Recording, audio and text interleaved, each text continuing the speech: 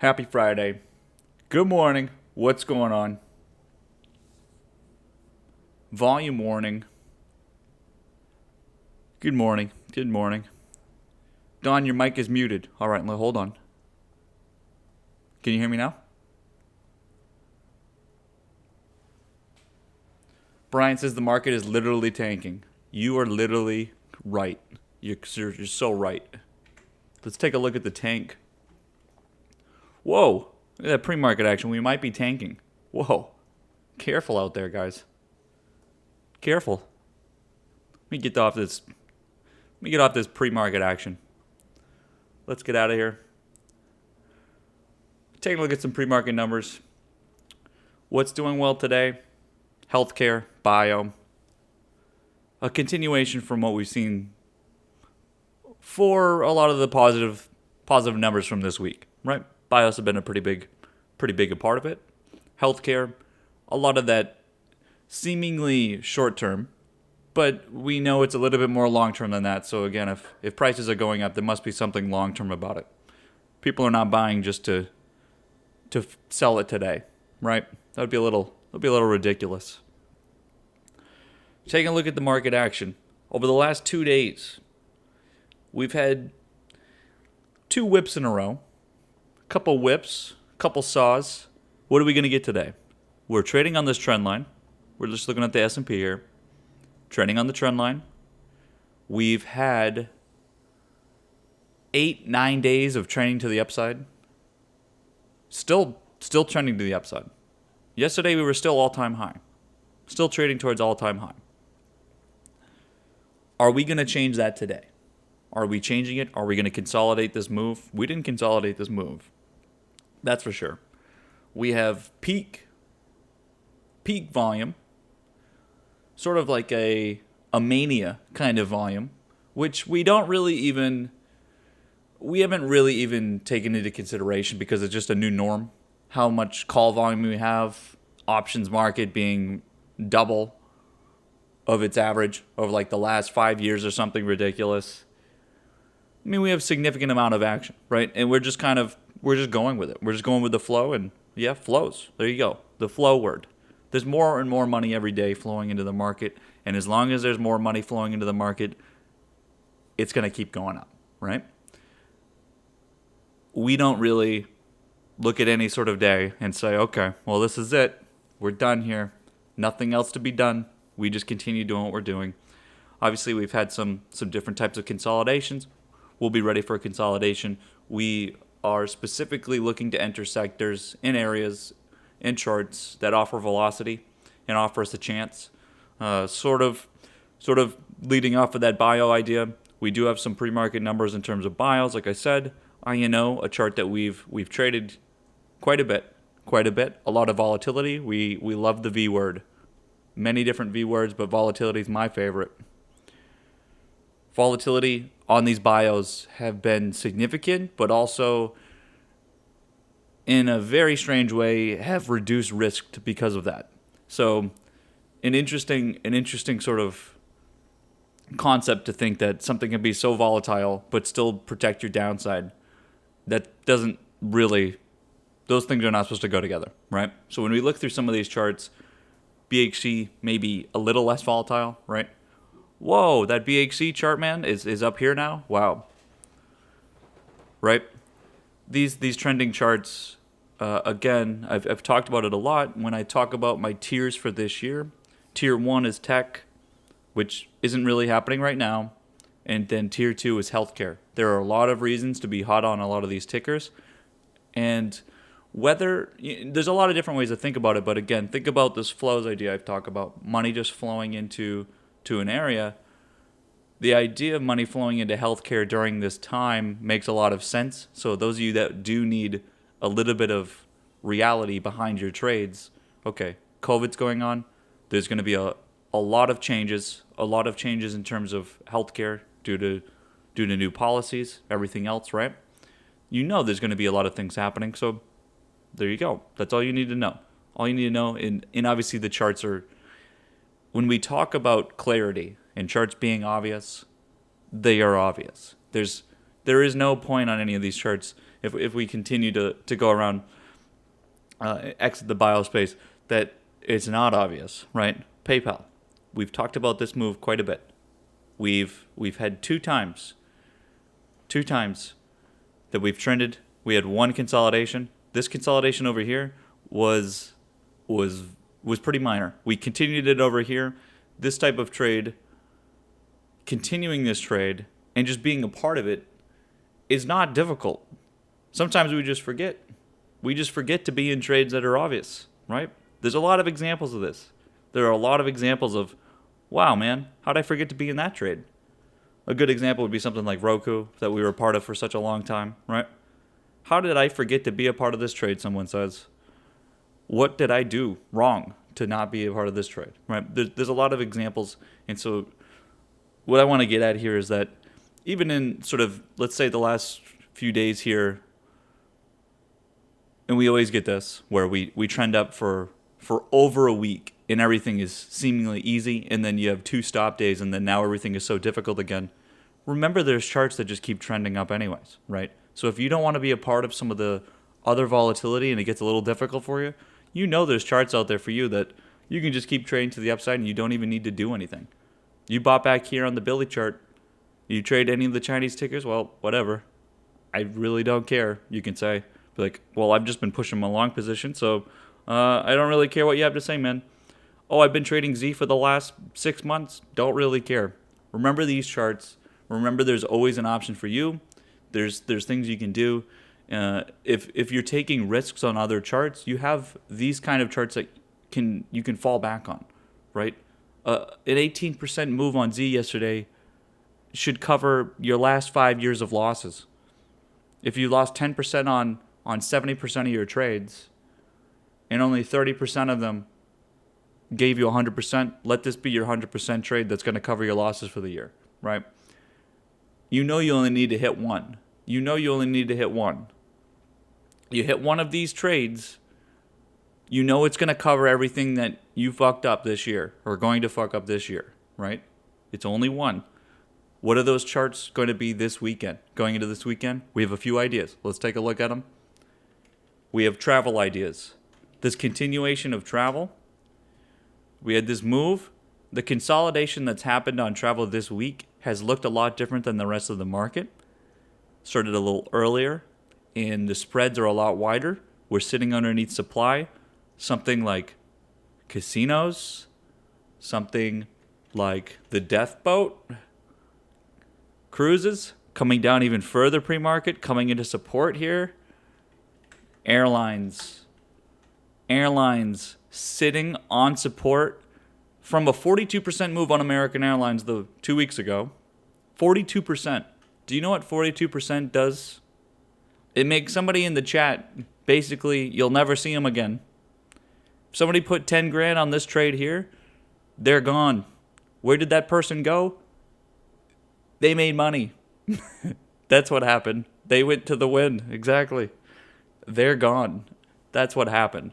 So you want to get out of here? You're sick of waking up? Those of you on the West Coast that it's like 4 in the morning when you wake up, you're sick of waking up early, your eyes hurt, your ass hurts from sitting in your chair all day, your kids are screaming, your dog's barking. Get one of these trades, make the trade, and then you can shut the fuck up and stop complaining, right? This is the kind of trade, you know, when you look at it, that this is the trade. There's no risk here. Look for it, right?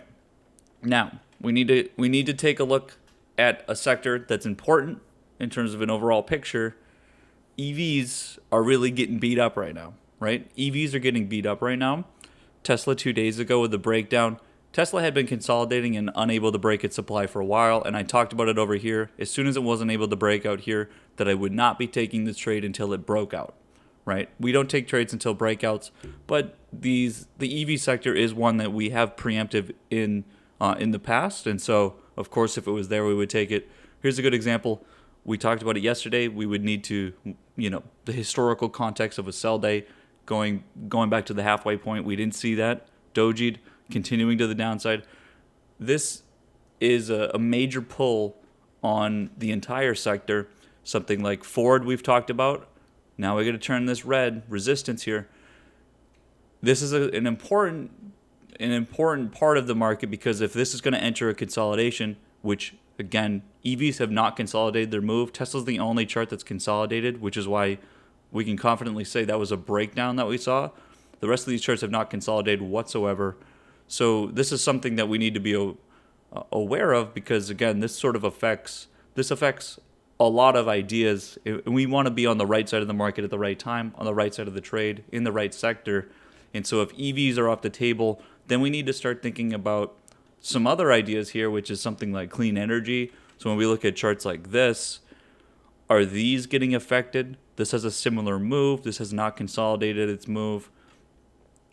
Maybe a little bit better than some of the other EV charts, but something like solar here, what do we need to be doing in terms of pushing this over the weekend if you're in this trade still?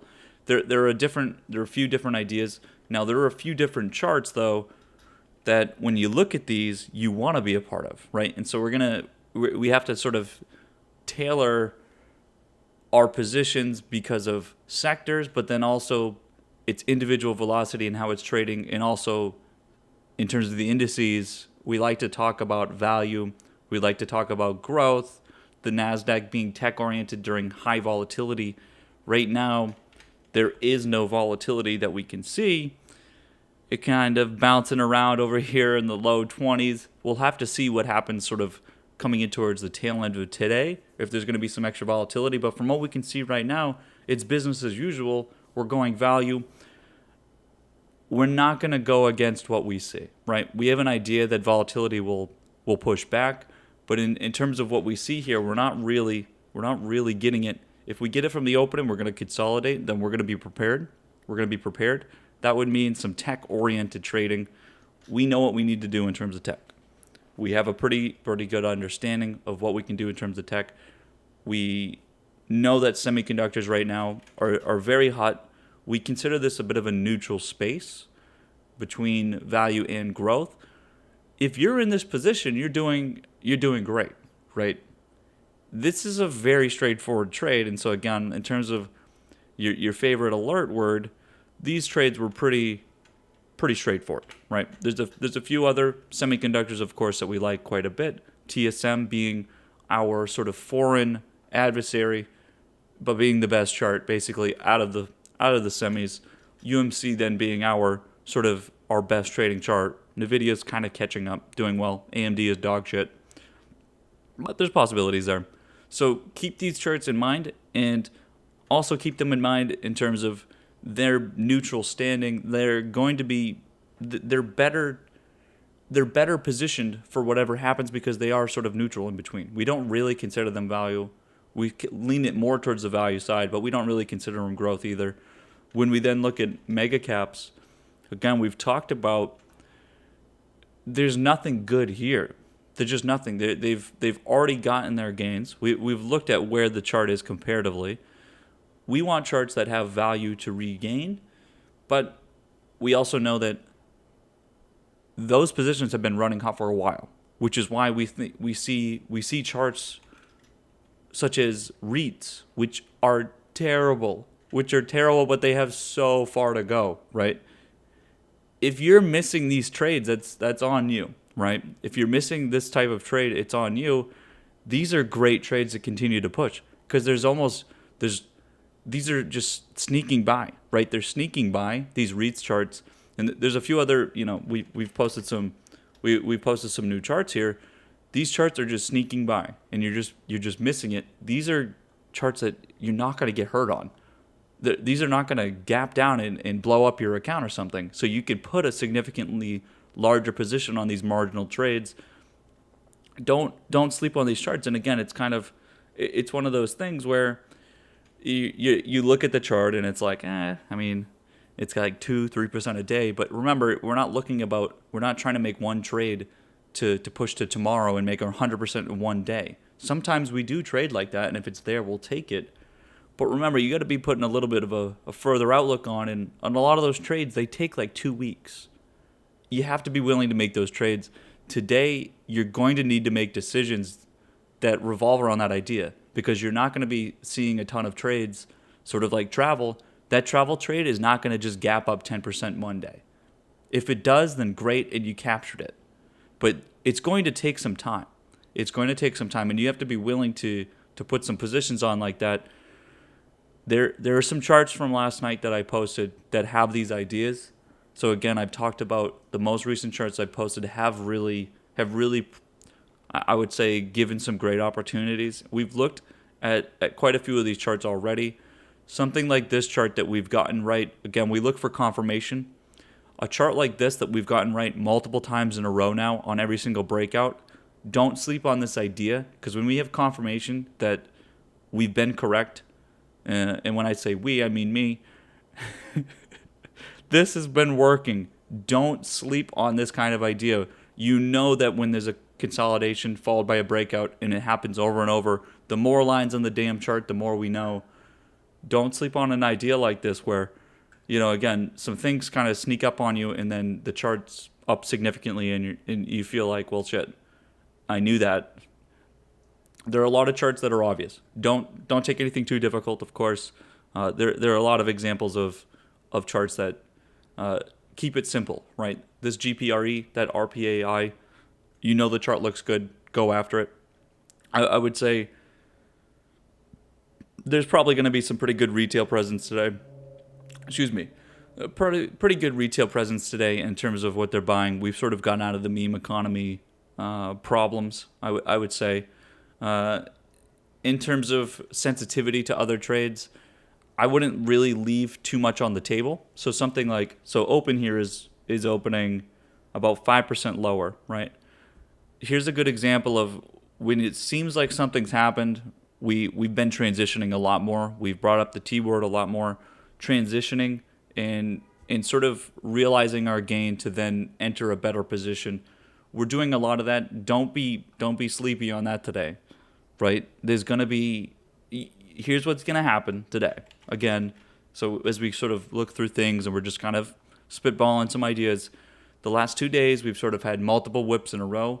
What happens on days like this? We have charts that really pop off and start getting going. That I always talk about this idea that when there's not really obvious other charts out there on the average, the demand all goes to like one or two different tickers, right? Everyone wants to go momentum trade something that looks good, and everyone jumps on that same ticker. It may not show itself immediately, right? It might take 20, 30 minutes. We're going to find that, so everyone should be searching during this open that if the market's going to be just trading flat again, that's our best opportunity. That's your chance to go put on a position that is going to cover everything that you need and get you some gains. You're not here to just have a good time. You're here to make some money. You got to be hunting. There should be some boogeyman emojis coming out today. There's going to be a lot of chances because of what's been happening. We talk about buying on fear. There's been 2 days of buying fear in a row.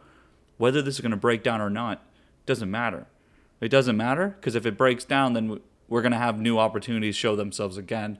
And so do you care whether the market's up here or down here? No, you're going to trade it the same way anyway. So you don't care. So keep in mind that when we look at the average, we're not trading the average because we're not average. We're trading what has velocity, what's breaking out, and we know that this presents opportunities. Yes, we love when the chart looks like this, 12% in a week and a half. That's great because that's just pushing our positions. But we didn't just fall into the gains, right? We didn't like, oh yeah, I slipped and fell on them. That was it. Sorry. No, we had to work for it and be prepared and capture the breaks, and which is why I've talked about the new charts being so bullish. Keep the hunt going. You know it's Friday. What happens on Fridays? Where's the Friday candle? Here's the Friday candle from last week, and here's Monday, right? What are we doing differently here? Well, we've had our first sort of consolidation. We posted a lower low since Monday, but we're still at the same level. If we were breaking down, we would see it. Are we breaking down? You need to make these decisions based on your position because it doesn't matter if the average is. It's about the positions you're trading so you can avoid some of these ideas by trading the right charts. And again, that's basically anything that's positive, anything that has its own velocity, its own trajectory of a chart. You know what these charts look like. You see them every single day. When you look at some of these charts, let's see if we get some good examples. Again, it stands out. It stands out. I like the Disney chart. I can't remember who brought it up. Does it continue to trend up? Does this look like it's breaking down here? Right? Does that look like it's breaking down here? Right? These type of ideas, stay away from the charts that are not getting demand. Stay away from the charts that don't have volatility. There's hundreds of charts out there that are going to offer chances. The light chart open at 95.5. You're opening on support. Do I need to tell you? I posted the chart last night. Do I need to bring it up on the screen? Right? These kind of ideas, you know. You just need to pull the trigger. I want everyone today to make a trade at open. Everyone, make a trade at open. Buy something at open. Just buy something at open. One of these charts that look good, if it's a light chart here, go buy this at open. Just get into the position and feel out the day. Are you going to get hurt from open here? You have support? Put the stop right at the support. Put the stop at 95.40. Just buy it and sit there and do nothing if that's what it takes, right? Because that's all it's going to take for the next move, and that's all it takes on every trade is just to be there, right? If you're not there, then you can't do anything, right? It's being in the right place at the right time. You guys are in the right place at the right time right now. What about this GoDaddy chart? Everyone forgot about that one. We alerted over here. Everyone forgets about it. These type of charts. TWOU. Did we just talk about it? We just talked about it. Just posted the chart, right? Don't forget about the charts that are going to offer you a chance. And sometimes, again, it takes a week. If come Monday, the position you're in is only up 2%, don't then go, oh, man, I better get out of this trade. This isn't great. No, it might take a week. You never know. Keep the ideas in mind. In terms of what you should be doing in terms of options, dates, don't be buying February monthlies and then wonder why on Monday morning your position's down 30%, 40%, right?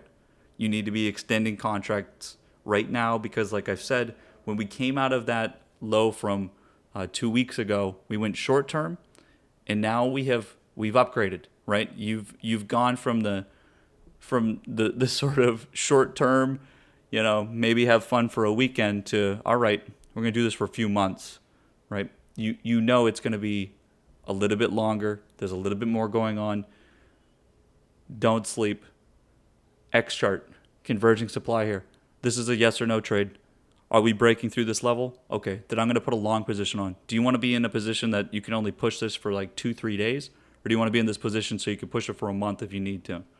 Over here, if you bought, let's say, October monthlies over here, anywhere, you would have missed the whole rest of the move that mattered, and it would have been really hard to buy over here. This is a very good example of a chart that you want to be able to push this up here, right? Something like that. Keep this in mind on a lot of these charts. If you're in, let's say, the pot stocks, right? You were in pot stocks, you made a lot of money over here, or let's say you just held and you don't even care. A lot of these charts have very obvious hanging mans. We've seen it on charts. The hanging man leads into a downturn. We've said it 100 times. Same with the other side when you have a hammer. Hammer candles moving to the upside. Has anything changed on these charts here? Other than just the fact that they had significant rallies. Some of them were over 50%. And now they've had a pullback. Are these charts going anywhere? Probably not. Are there going to be chances here today to push this over the weekend? Maybe buy at a low point on a chart like this going into the weekend? Absolutely. Absolutely there's going to be chances. Is it risky? 100% is going to be risky. We don't buy on we don't buy on a pullback like this. Over the weekend, do we? Yeah, we buy shit like this over the weekend. This is kind of the trade where you can put 1% of your portfolio into a chart like this for the chance to go make 100% on it in one day, right? And so you want that to be in your sort of background view. You want to be making trades that you can trend and push over multiple weeks, but you also want to be looking for these easier trades that not so much easier, but that are going to make it easier for you. Because if you get those gains in a significant fashion, you don't need to be finding too many trend charts because you already made the money. So sort of what I talked about with travel, I think that's what you're going to see. In terms of trend charts, again, We've talked about those tied to the economy, the value idea. Again, banks continue to trade to the upside. This kind of trade, you just keep pushing, right? You just keep pushing this. It's going to get slower. Once it passes the high, it might break again. But these charts are slow. It's like energy, right? Energy's slow. This is going to take months. You're in this position. You're pushing to April. You're going to be in here for a while, right? You're going to have days that the spot crude's down. This kind of trade, right? These help continue a position, right? It just helps you continue and continue while you're looking for those you're hungry for those other charts that are going to offer more. A Twitter chart, it felt like you're going to need to push this for a while. You're getting 2% a day and then you get the move, right? Sometimes this is going to happen as well. You have a great technical chart, it's going to turn into this. Some of you are looking at this and being like, how did I miss that one? We talk about it every single day. Just be in position. If the chart is trending up, it's not going to hurt you. It's not going to hurt you to be in the position. If you're not in position, you can't make any money. Just get your money into the market where there's obvious trends, sort of like this chart. There was no risk in this chart. Is this chart going to gap down 30% and wipe out your whole premium? Very unlikely. Are you a perma bear? Well, stop being one, right? There's no thing you're going to go like over here. I bet you could figure out a reason why. Right? Do we sit in the market when it's pushing down, right? Or do we usually get out before it happens, right? These type of positions, look for them, continue to get in them. The only thing you have to do is hit the buy button, right? These charts that keep trending up, all you got to do is hit the buy button. Don't be scared because of the market. There's too many examples of charts that it's just too obvious. I want people to be in them. So again, this morning, you should be buying something. What about retail stores? We've talked about retail stores every day. Look at the tightening in here. What about this over the weekend? Right? Find them. By the way, this Nike chart on support, 143, I like that. Blink. EVs, again, a lot's being determined. A lot could change. COVID winners, trending. Possibilities. Peloton, possibilities. But it needs to make a move first, right? Let's see what we can find. If you see charts moving, post it into the chat. We will take a look at it, right? Let's get this going. Everyone should be buying something. Buy something if the chart's trending up, just buy it, right? See what happens with the position. Again, we have peak volume right now, peak demand in the market. You just have to be a part of it, right? Whether the market's going to start going down, you can get out of the position. There's not going to be a problem. But you have to be able to get into a position. Let's see what we can get here. Let me switch this up. Jeez, this looks terrible. Let me switch this. Here we go. Find something and take it. We're looking at the SPY. We'll see what we get here. Again, Fridays are usually a little green. After 2 days of stops, I would say usually Friday's going to be a little green. Volatility is still extremely low. The idea of fear buying is just on the underlying price pullbacks. What do the options look like? Options are significantly higher, right? They're trading far past because of the extra demand. When you see the underlying going down and your contracts are going up, that there's something a little different going on in the market, right?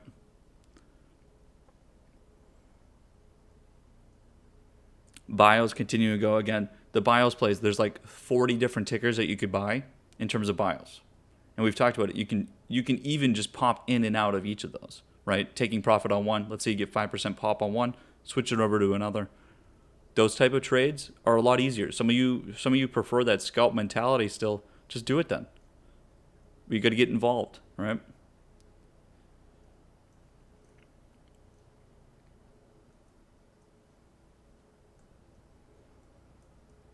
AMC coming back to that support. I will trade that AMC chart. I will trade that if it comes up to that level. Let me show you it. Right here. There it goes. I will take that trade. Again, you're getting your gamma squeeze. Again, what happens on Fridays? You're getting closer and closer to proximity in terms of those strike prices, right? That's where the underlying is getting bought, right? Market makers realizing, oh, we're going to need to pay out on some of these. I better get my delta neutral position.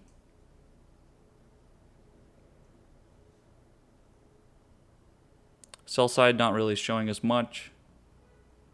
Light over here. You know what to do. All right, let's see what we get. Let's see. Also, of course, the BBBY, Bed Bath & Beyond, that's the other chart that's also falling under that gamma pretense. In terms of when the market makers buy, we talk about that 10 o'clock zone. We talk about the 10 o'clock zone, right?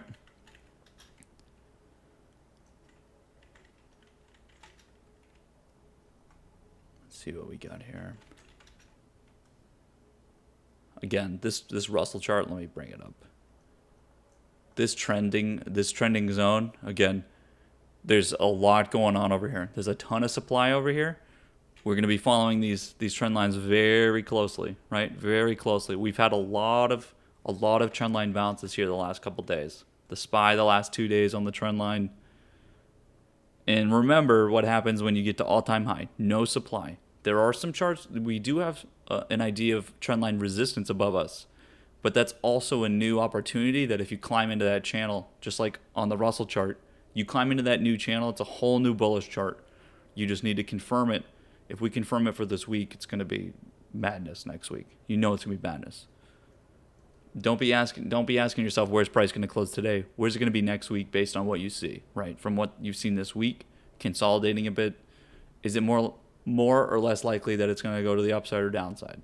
These are questions that need to be asked and answered, which you and I don't need to know. We might have an opinion. It's only based on the market. What does the market do? It trends. What do we say? Probably by next month, the price is going to be up, right? That's all you got to do for an answer. That's why we push long. We don't change our bias. Again, tightening.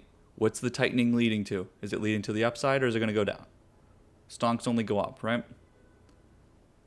And when there's peak volume in demand and 80% of all options are calls, there's really nothing else to know, right?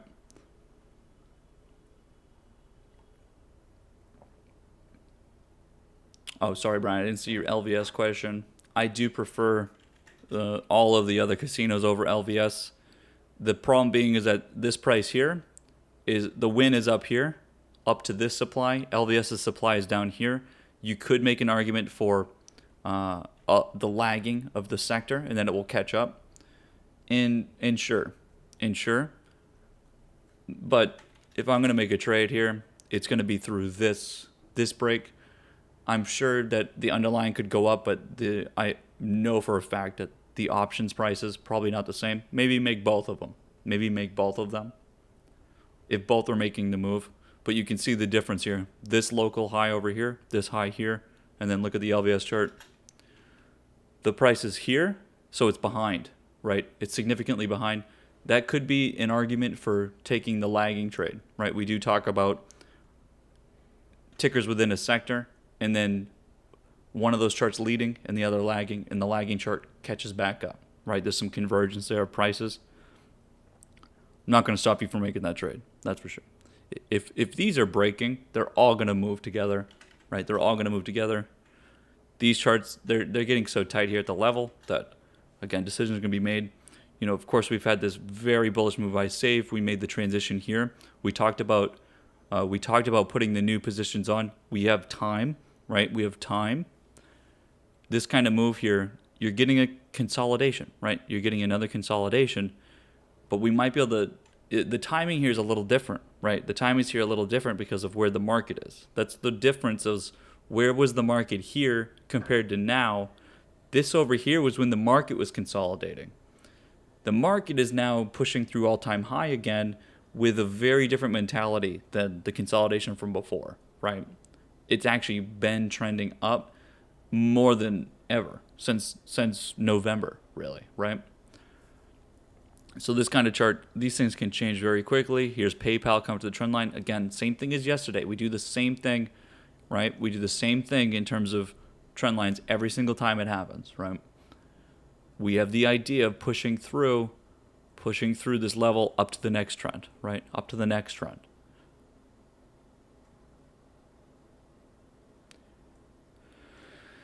Again, TWOU, FSR as well. That chart, we'll see what happens up here. I'm not going to be afraid if there's something here. If there's something here, we'll see.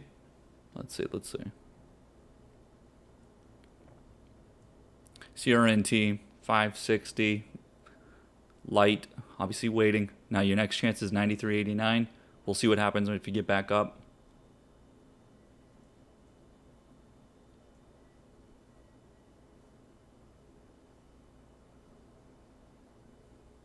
UNM heading up to 24.70. That's again, these kind of Anthem as well. These are tanks. They're not gonna they're not gonna surprise you. These charts don't just decide, okay, no longer am I on a trend here. No. DraftKings opening up on the trend line. 60.36 is where that next level is. That's a bit of an average. Look for that chart, right? AAL. You can't tell me that does not look like opportunity, right? There's no way on a chart like this and with the sector that you can't tell me that does not look like opportunity. What does this look like? Doesn't it look a little bit like this? Again, we're not gonna pump the, well, historically, if it's happened before, it could happen again. It doesn't matter. It's just about tightening. What happens after tightening? A move.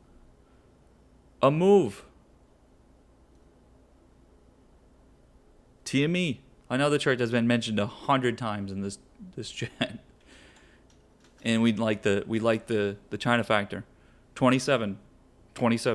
The chart's been trending every day anyway. You could just already be in it, like half the people, right? There's no long positions that have been exited on this chart, right? Anybody that got in over here, did they exit over here? Doesn't look like it because price hasn't gone down, right? This is the kind of chart that this kind of move I talked about. This was a marginal trade. Marginal in the sense that it doesn't take very much on the underlying to get points on the options, right? This move here is a leave the Discord type of trade. That's I'm not going to talk to anybody anymore. I won the lottery trade, right? If you're able to get any sort of move position on there, right? Don't miss it. You don't need to miss it. There's no reason to miss on some of these charts. Again, we're not in the phase where there's 1,000 different charts that you could be in and all of them are okay, right? Not everyone's making the same trade. Not everyone's making the same trade right now. It's not like the boneheaded everyone buying tech calls, right? Is everyone buying Apple calls right now? No, we're not all making the same trade. So there's going to be significantly more losers than winners right now, right? And so you want to be a loser, or do you maybe make some money? I'm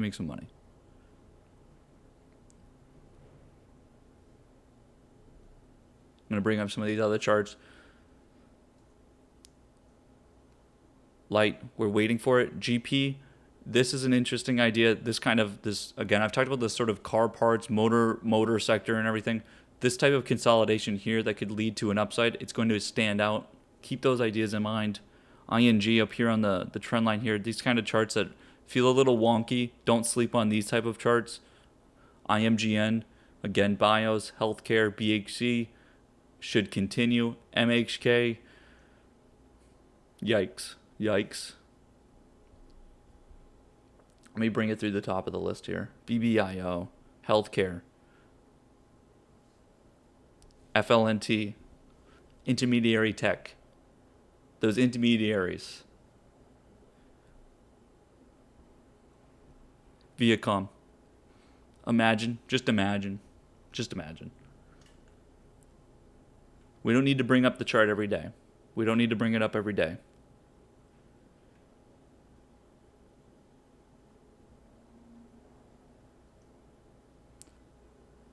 CLDR. TCS, mentioned earlier. Again, this break over here, you have a couple different ideas, right? You got this local high that we have been seeing, which we talked about yesterday breaking. I know it's kind of hard on the chart to see for you guys, but again, if you have the chart open, then the trend line comes up here at about 1680 something, right? And then guess what? That's the breaking of the true resistance. There's nothing else up there. This TCS chart puts moves on. This chart puts moves on when it breaks trend lines. INFN sitting at that 1064, that's certainly a watch. Again, these type of tech companies here, you have to be able to capture these. There's going to be other charts that are going to turn into this, right? Think about the charts that we just looked at that have this consolidation here, sitting in supply, and then this is the trend they get. This is the chart that you need to push for a month here. So remember, when you're entering some of these charts that look like this down here, that are sitting in that supply and then getting ready to break out, and then come Monday are going to start its move, you need to be able to get into a position you can push it, right? Keep that in mind.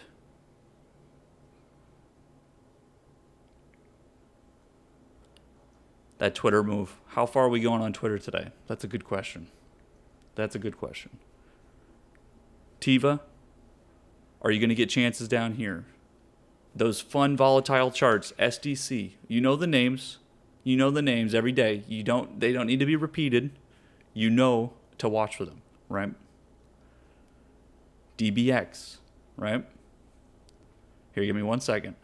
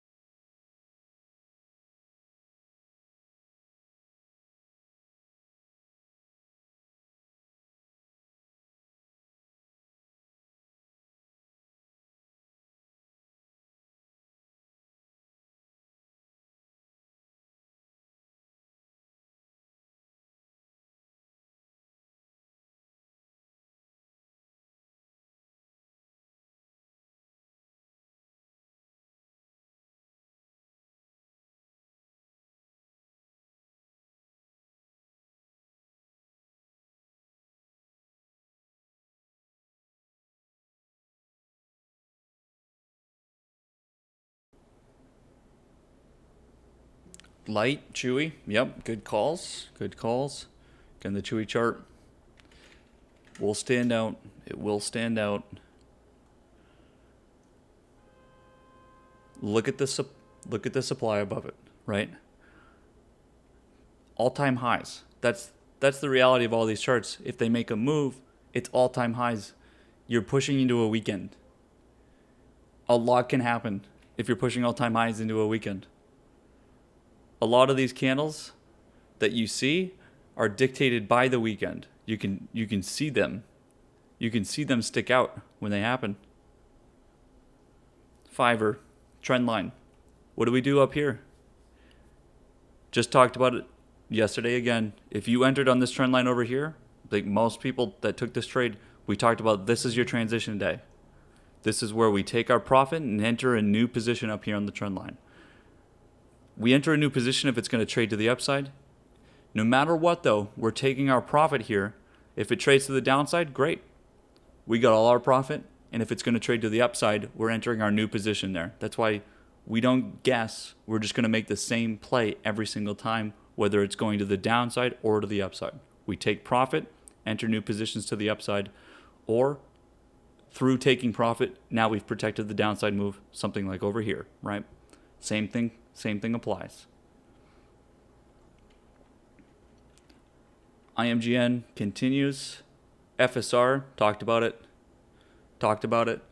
Scary, I know. How 2 seconds ago,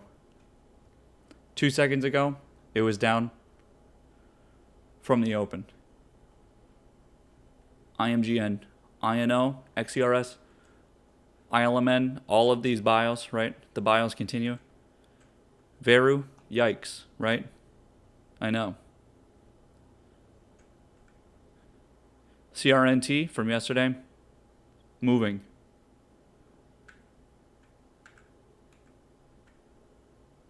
AMKR, we talked about it yesterday.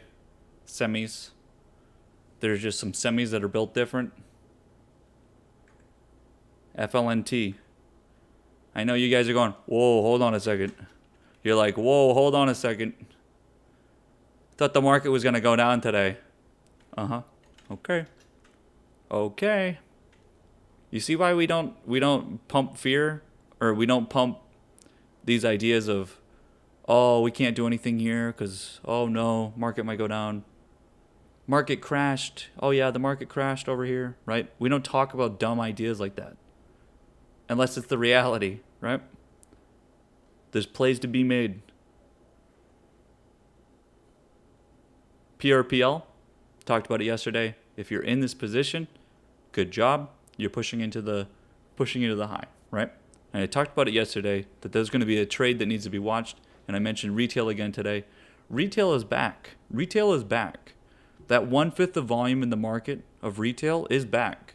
They've stopped with the whole GameStop and meme economy things. There's some meme economy tickers out there like AMC still that do have possibilities. Oops, sorry about that. So knowing that they're back, you know they're going to fall back into some of these charts that have chances. They're not that, it's not like retail is not, it's not that smart, right? They can make this type of trade and see it themselves, right? Z, by the way, continues, looks great. CRSR, let's take a look. Whoops. We were talking about this. I think it was Mopsky brought it up. Is there a horizontal in here? I don't think so. Don't think so. But look how quickly this turned comparatively. These moves trading in between support and resistance, again, you have to turn your head on this one. That's what when we talk about these type of charts, you gotta turn your head a little. Resistance, support. This did turn a little bit quicker, right? These charts continued. Maybe it's an example of a candle like here, but this kind of candle looks like a reversal. It's hard to make a trade here, but I mean, it is possible you get a large wick through there. It is possible, I guess.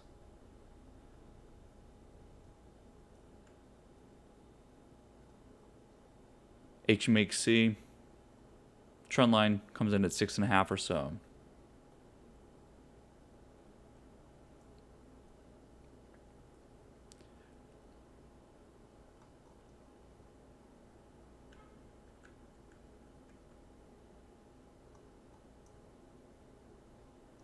Uh-huh. Uh-huh.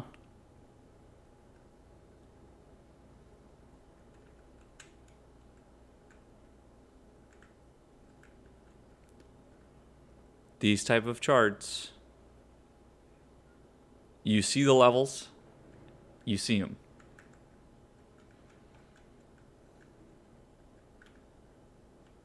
That Viacom chart. Chewy, by the way, about to hit that high. So, again, we mentioned the chart over here. I talked about the options. I mean, I don't know.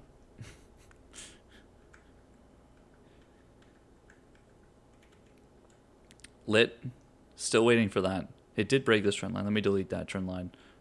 But again, this chart, you think about the way I posted a target on here. We get this move. Be a part of it. Get one.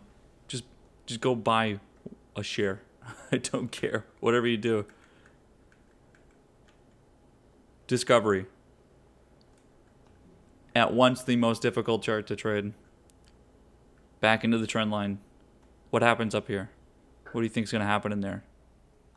What happened the last time it entered? But did quite some moves. Did quite the move.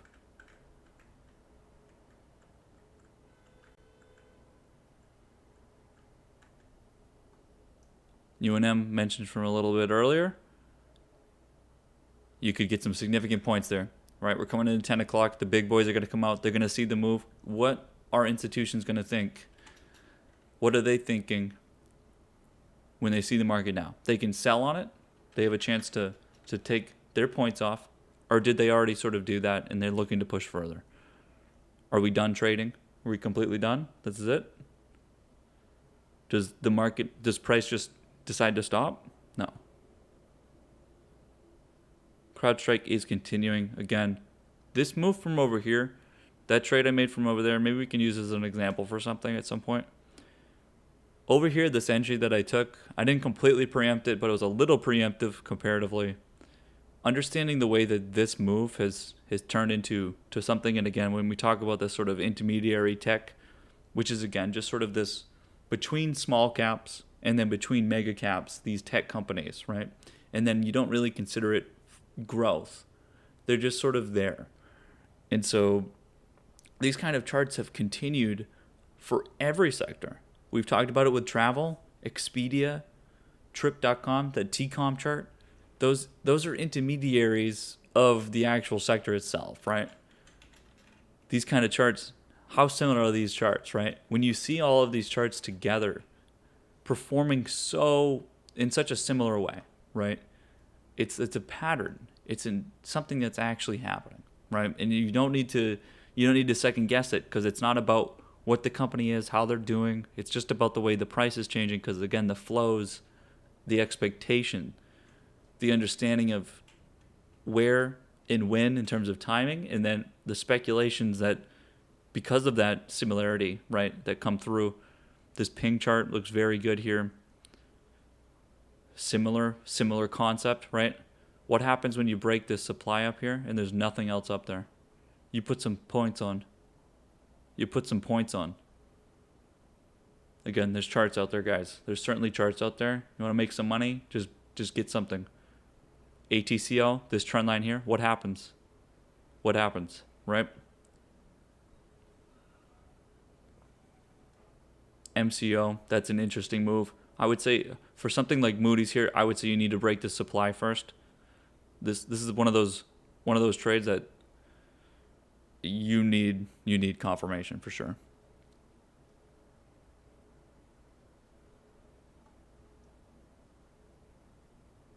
So let me give you guys a good example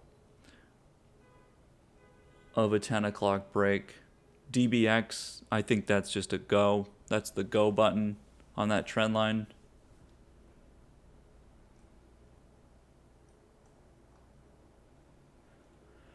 DraftKings did not hit yet. FedEx and UPS are certainly doable. I would certainly take those today. I saw the UPS earlier. I think we got filled on UPS earlier. This needs a little bit more, but it will catch up to FedEx if FedEx starts to go. These pullbacks, I'm all about the 2-candle pullback, and sort of a trend starts, continues. Keep those in mind. We have a few charts that are looking like this right now, right? We have a few charts. That's a bit much there. I'm not going to touch that.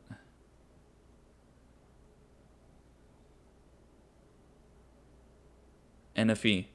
These charts that are a part of sort of the government spending side of things, again, X as well. The points that are possible in these type of very slow-moving charts are I mean, there's going to be chances. They're going to be worth it. Chegg, again, was mentioned a little earlier. This trend line and then the neckline that's about to be broken, that's the spot. That is the spot. That is the spot. If you remember from this day, we opened, we tested it. This was it actually looked like we were opening way up here, right? And we actually opened a little bit lower. There's been no point since then. That it's been in question, right? I'm pretty sure people have been just sitting in this position, actually. I think the options, we might be able to use this as the options example, where the option chart is actually, it is up here. It's completely up here, because that open was supposed to be up here.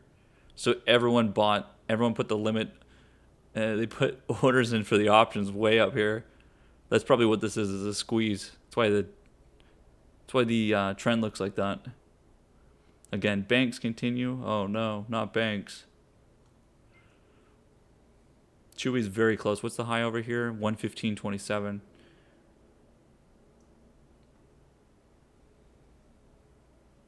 Light has not completely moved yet. AMC, again, we'll wait for 587.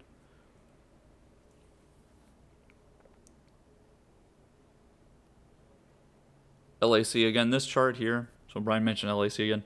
This is due to the commodity. So we talk about cycles, not so much.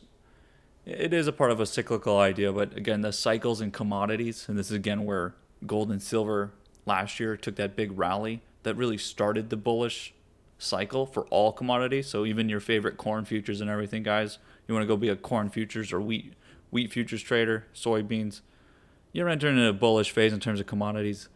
This is in relation to the dollar, of course. Dollar coming down, dollar also cycles.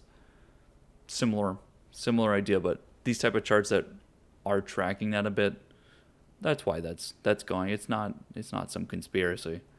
AMKR continues.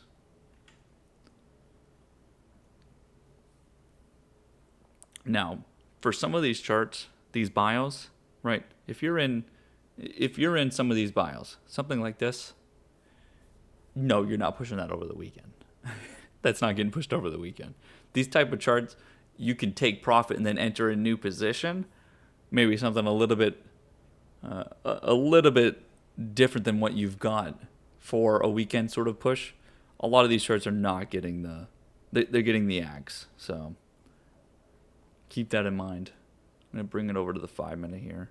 A lot of these charts getting squeezed into their supply. I know this is AMC, but this is a good example of options causing price movement. Again, you're getting squeezed into supply here. We have this on a lot of charts right now.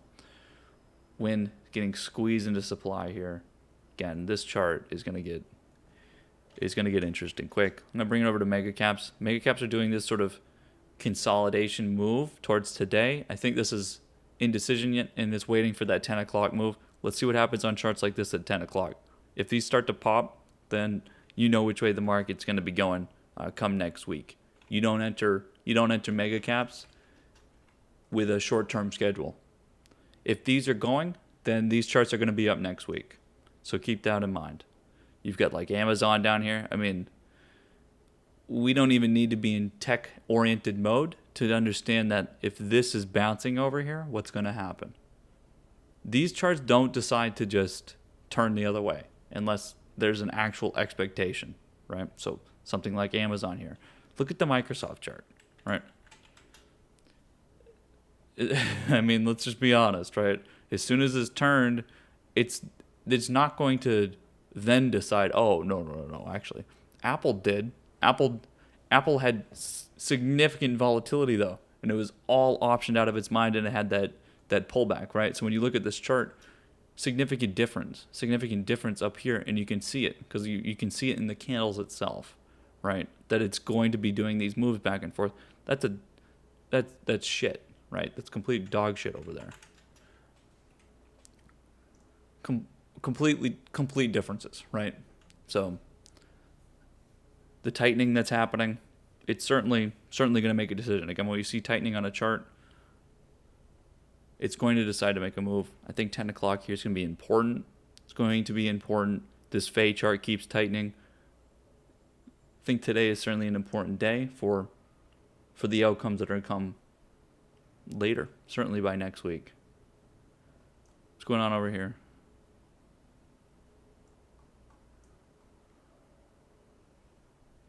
There can't possibly be that many contracts out here, right?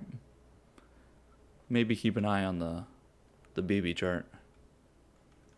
I did not look at the chain, so I'm not sure if there's a squeeze happening there. ENPH always a good chance. We are above this trend line here. Still.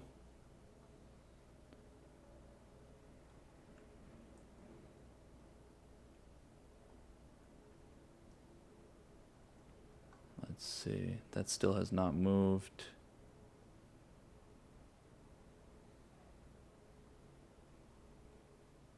Fang, you definitely have possibilities. Again, retail coming back into the fray. That's a consolidation that's waiting to break. That could certainly go today. We'll keep that in mind. Maybe like 69. 69 gets hit, then you start to say, okay, let me take a taste.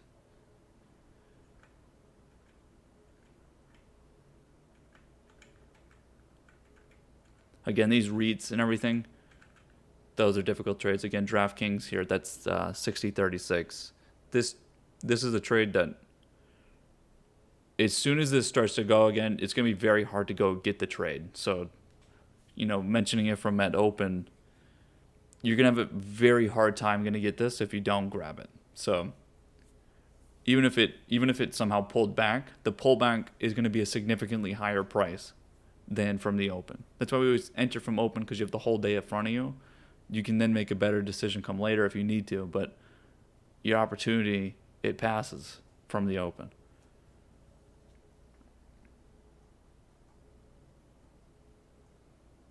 DocuSign continuing again. I've talked about this being a long position. This is not a position that you're going to be in for a week. I'm going to be here for a month. This entry over here, they're probably going to be here for a month. It could pull back to whatever it wants. This trend to the upside, I've talked about it. The diamond in here, I just haven't drawn it. The diamond in here, it's too long. It's like 500 days. I'm not going to draw it. Just know, as a chart itself, this is a bullish chart, has significant upside. LRCX about to break that high again. How many times have I brought this chart up in the last couple weeks? I know I brought it up yesterday again as an entry if you weren't already in it. MP.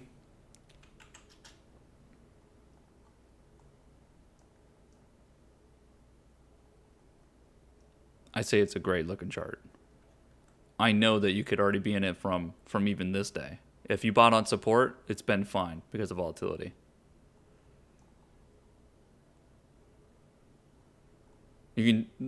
It's actually funny to look at this chart because this is a good example of a chart that the daily candles make it seem like a larger spread than it is. These pullbacks are in sort of what that candle looks like today. Look at it on the intraday chart and you can see the actual price movement in terms of what it's doing. It's not so much like this was a bearish candle or something. This was not a bearish candle yesterday. You can see it on the intraday. Chewy, by the way, did break the high. You know what the problem is there now? You can't go buy contracts. It's too late. That's why we talked about it over here, and I talked about it.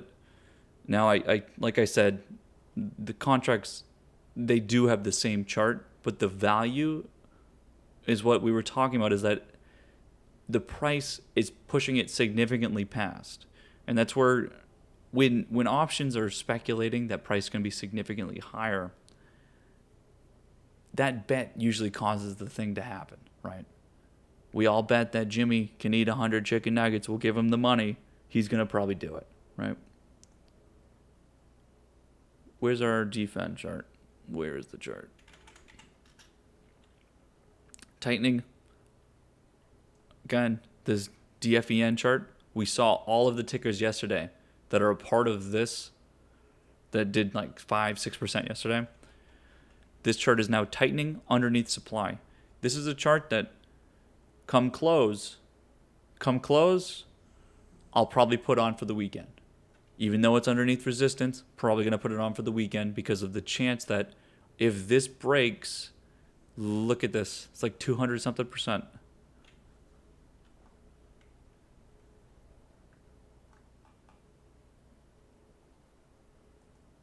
Okay, top of the list, FSR continues. INO, IMGN. The lit chart is now up another 10% since talking about it at open again. This candle, if you've gotten this far, you're probably going to get a little bit further.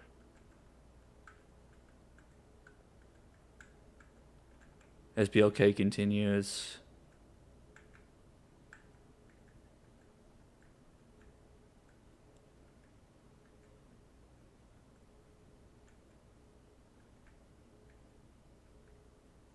CrowdStrike continues. That CrowdStrike chart. Oh boy. I had another opportunity here. Pot stocks. Hold on a second. You telling me that pot stocks are going to come back? Whoa. You told me from pre-market that it's possible that these pot stocks come back. and that nothing has changed, but everything has changed. I thought everything changed over here. Grab the bong. There you go. He's already hitting it. He checked out. But again, I mean, those are good examples of charts again that don't. If nothing has changed, then you know exactly what's going on over there. Just take profits. We should mention Z again here. Again, the idea that because yesterday happened, that it's now too high and that something is not going to continue here. And I talked about it yesterday that you have to continue this. This is a good example, right? This is a good example. This 3.5% here is significantly more 3.5% than this 3.5% over here, right? The exponential from this trade. So if you transitioned this trade yesterday, let's say you bought down here somewhere and you transitioned the trade yesterday, you took profit and then entered new contracts. The exponential you're getting on this underlying move compared to this underlying move are night and day, right? Night and day, because what do people do when there's a big move? They go, there's no way this can keep going, right? They do that. The price that people are willing to pay for the options up here are astronomical, right? You go look at those prices. We're past $200 now on that Z chart. What happens when you break through the top of a trend line? It's a whole new chart. Whole new chart. Look at it like this. Feel like there's quite a bit of space up here, huh? Feels pretty empty. Feels like space, huh? EXPI. This move, I mean, this chart's been ridiculous, right? If that breaks up here, this trend line in here, then it's gonna break the high. It's gonna break the high. So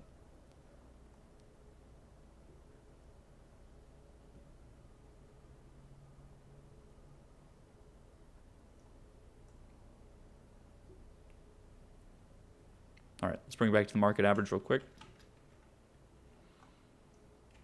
Continue tightening.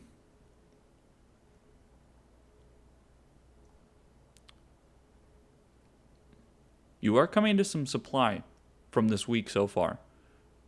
You should see a move. You should see a larger size move coming through here, whether it's to the upside or downside. So we'll be able to see some reactions here. Again, the usual 10 o'clock area. We haven't really seen much. The whip again here. I mean, the thing to note is that the trend continues towards the upside from down here. Now, of course, we broke that yesterday, but I think even here we had already. I think you guys had already removed any sort of downside idea over here.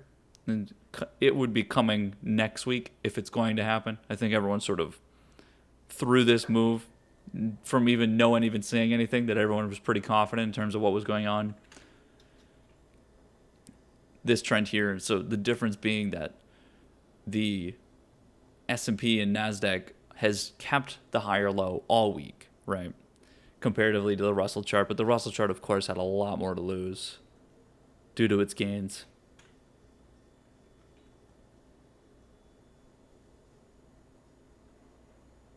Where are we at this chart? Let's see, CODX.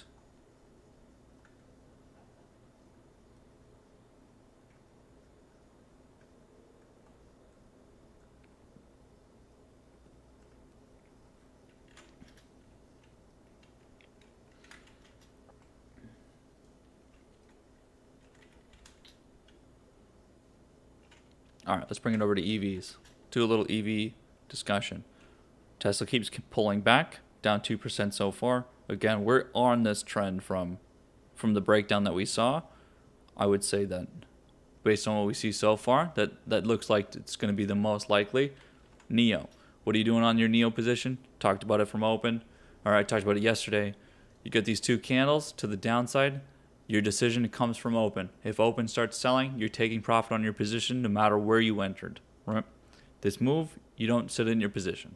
You don't sit in your position.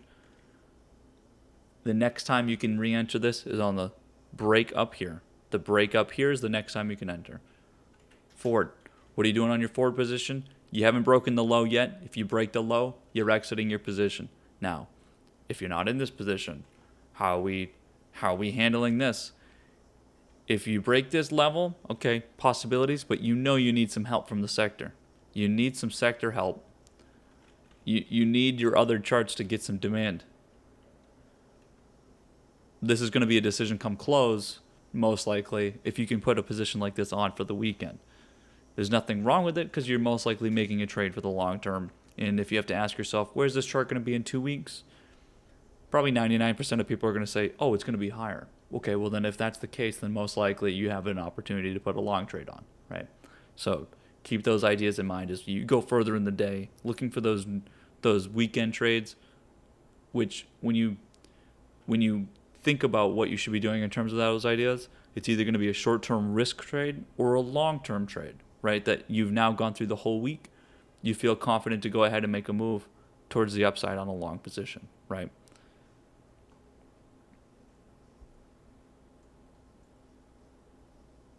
I have a lot of charts. I'm looking in this sort of 1% range. We have a lot of charts sitting underneath supply. Again, a lot of the new charts, again, continue here. Continuing to the upside, look very good. These are, again, is it on support? Yes. Okay, perfect. I can buy, right? Straightforward trades. Talked about that. Keeping the difficulty down.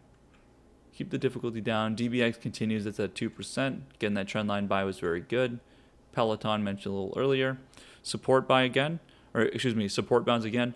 It's been just sitting down here. We talked about it. You're not going to take this trade until trends are being broken. Trends are being broken, then you can take the trade. You let me know if trends are being broken here, right? You let me know.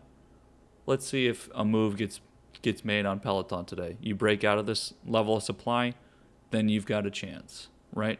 Again, COVID winners, talked about it with Etsy as well, are certainly opportunities that we will be taking across the market.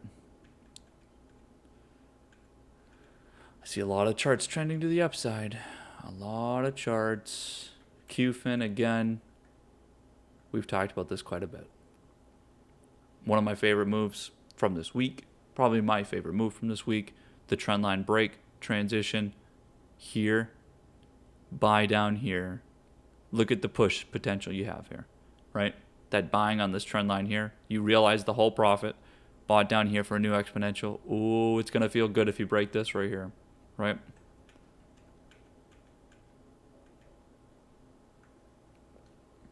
Again, this whole solar idea, where these are,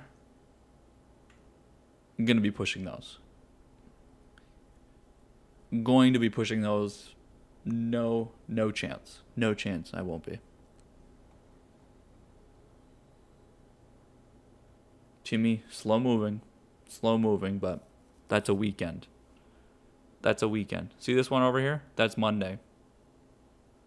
That's a Monday open. No way I'm not going to be sitting in that trade.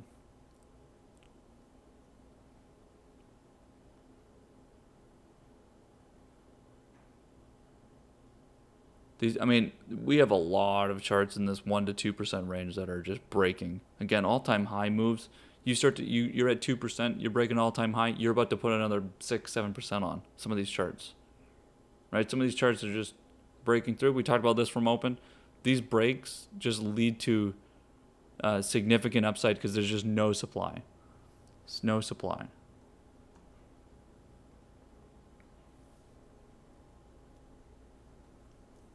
Unum. Again, this chart, guys, from open. This type of chart.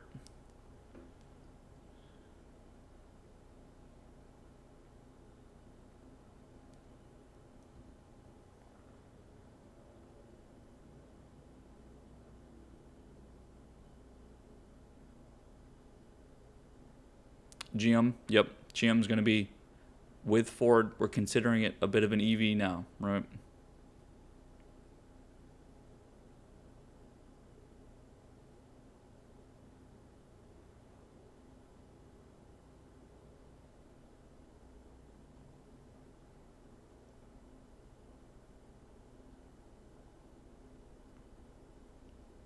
Holiday Monday, right.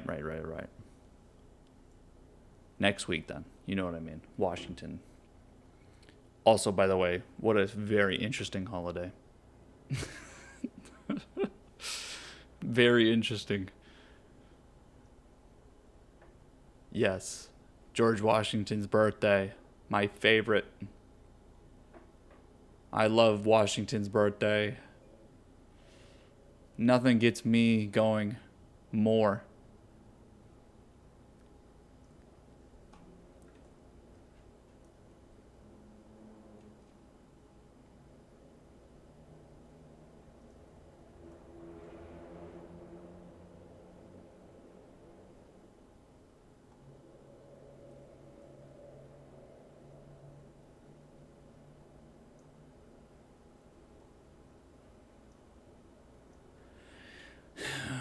Boy.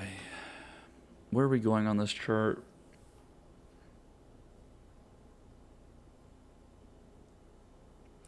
Me still having the day job is the worst hell imaginable.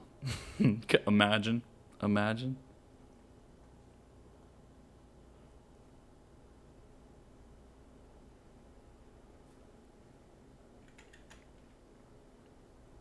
Alright, doing some searching. Doing some searching here.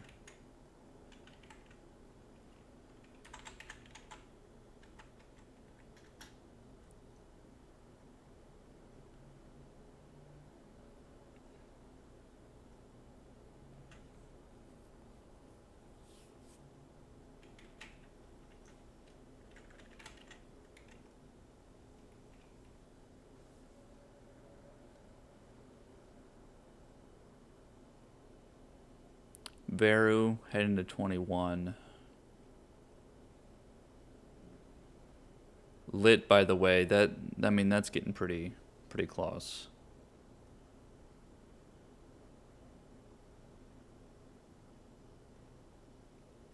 FSR here, it's hard to tell. I'm really having a hard time telling by the options.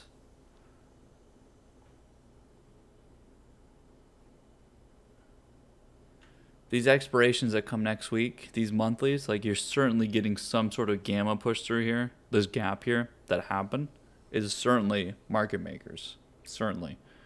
I mean, by the way, the 18 strikes are up 800% for February monthlies. I mean, that kind of move, that's a significant amount of underlying you need to buy for that. Hard to tell here. I mean, you could be from this move that we saw from back in November, you could be in a situation where that's happening right now. You might have to push all the way up into here, and I would argue that there's most likely even more contracts now than over here because of how much supply it's been working through. Over here, people were taking profit. Over here, there's been nothing to take profit on. This might cause a significant move on this FSR chart. So from open here, if you took some opportunities over here, you're probably sitting on quite the gold mine right now. It's hard to tell exactly what's going to happen. Maybe 22. I don't know. I mean, that looks a little dangerous over there.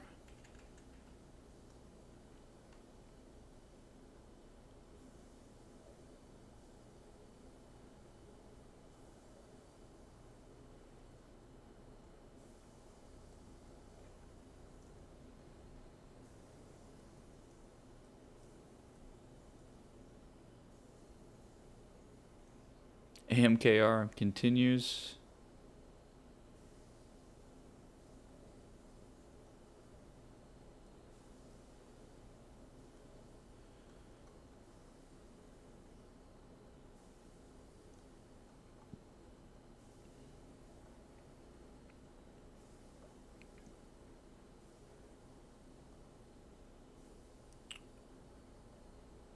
Twitter, the trend line comes in at 76.5.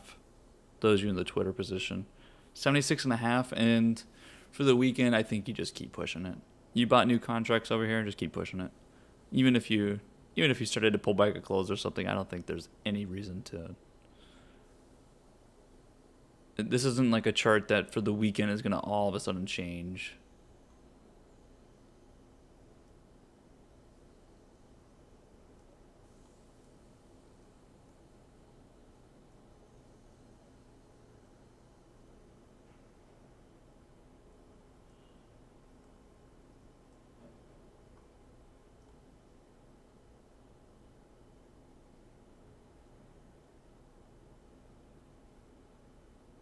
Chegg, the trend line comes in at 120 or so, or 119.5.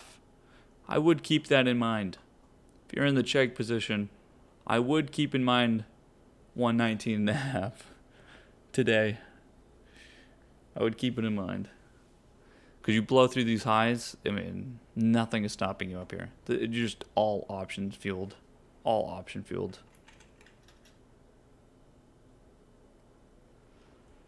Let's see what we got going on in this chain.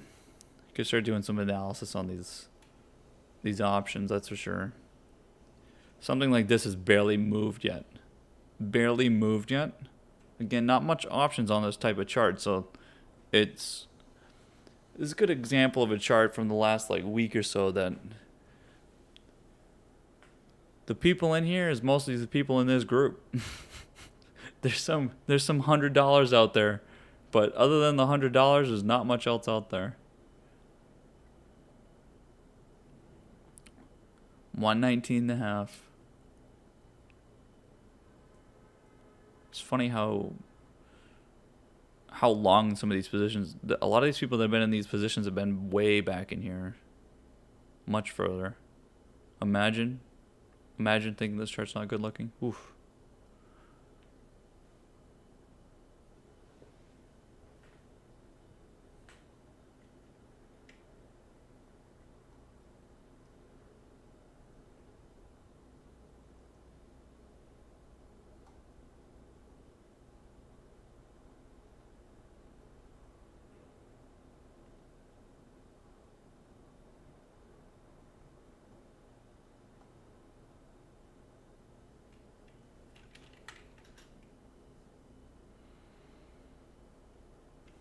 These travel charts, I don't know. Good start from the death bow from that support. I mean, the way that just sits there.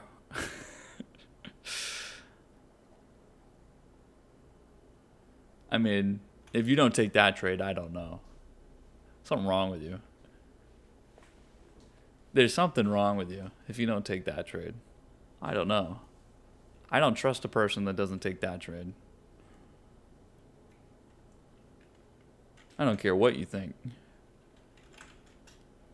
I have a hard time trusting somebody. No, it's doing that thing to our charts again. Do I need to buy another? No.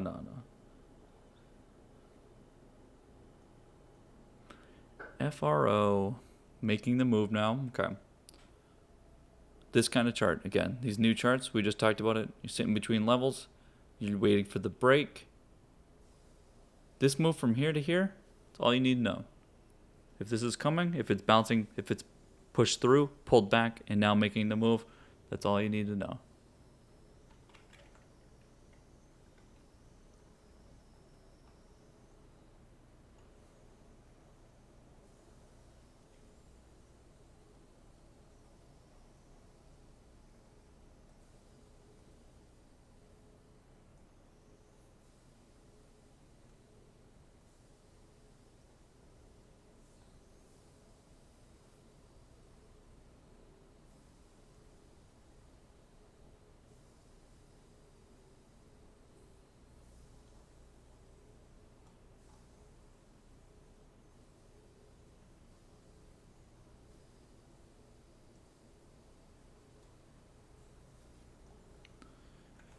We are getting some interesting action out here. Lid is $10. Let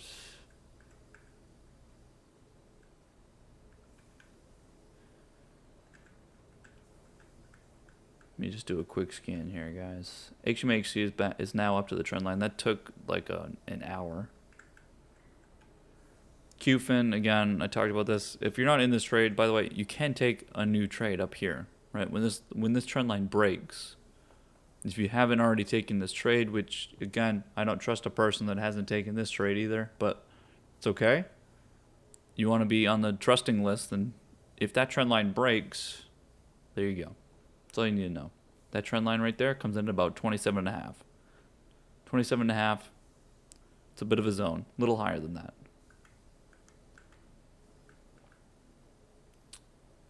Are we going to do the CNX dance again? Oh, dun, dun, dun, dun, dun, dun, dun, dun. Let's take a look. Let's take a look. Let's take a look.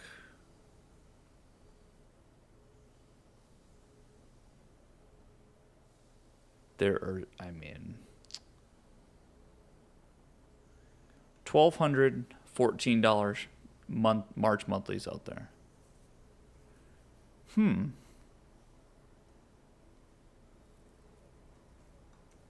we need to wait for the trend line though?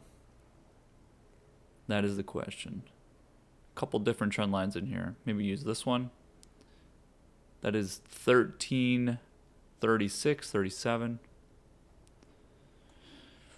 There is quite a bit of supply in here. About 1315, so you need to break a little bit. We'll keep an eye on that. This chart has been, you guys remember this chart. We've traded this quite a bit. We traded it back over here.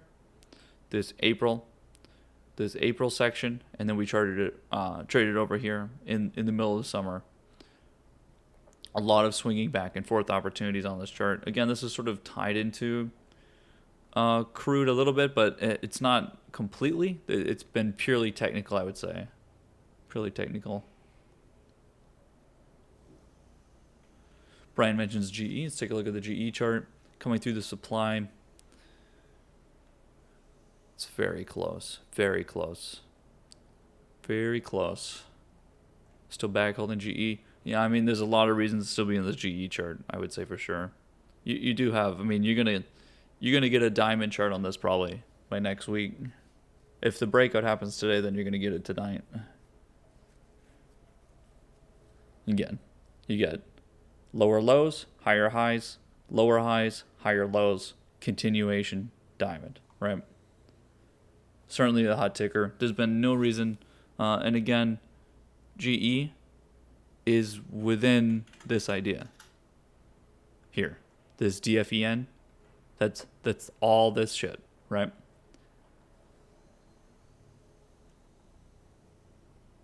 All of these ideas together.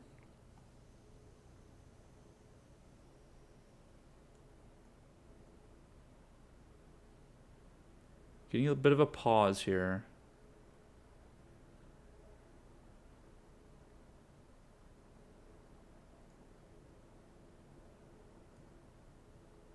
DraftKings, this chart is so funny, by the way. What's going on over here?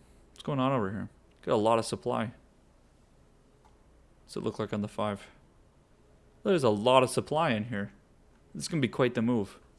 Options do not look like this whatsoever, so...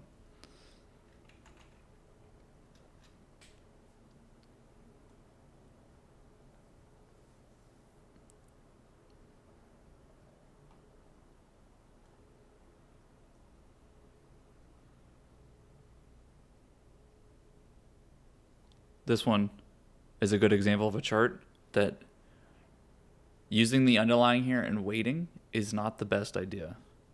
Waiting here is not a good idea. Which is why I talked about it from open over here. As soon as this starts, everybody's going to be speculating well past this. No one cares about this point. Nobody cares about where the price is right there. That is, no one is even thinking about whatever's in here. It's working through the supply, obviously, and it's funny that this actually has turned into such a level. I mean, it's truly not a level, but for whatever reason, price is getting stuck in there. This move, everyone's thinking the same thing, right? Everyone is thinking the same thing. So again, if you're not part of that, and then this breaks out, come next week, I mean, again, that's just too much, guys. Win, yeah. I'll see you at the Win this weekend, Brian. Here we go.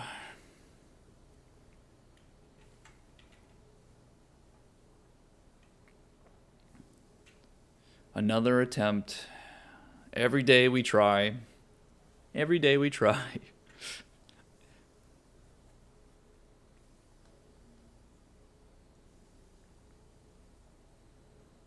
See, the 130s are okay. All right. Who in here is buying all the 130s, huh? All the March 130s? What is that? Yikes. How much is 130 away from here, by the way? Let's take a look.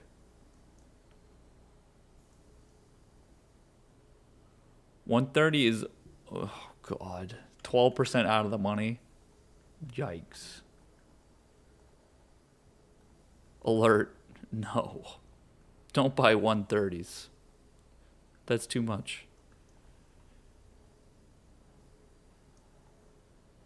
All right, screw it. Maybe a few. They're only $3. $3? Come on.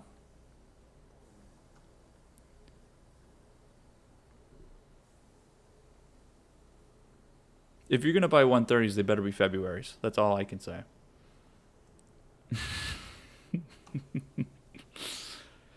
They better be February's for 15 cents. Someone's going, well, actually, that might be a pretty good play there. Yeah, what's wrong with it?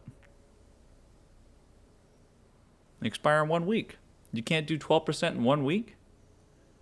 I mean, if you're expecting a breakout here, you must be expecting at least 130, right? I already bought the February 130s. I've been in the 130s for a week, man.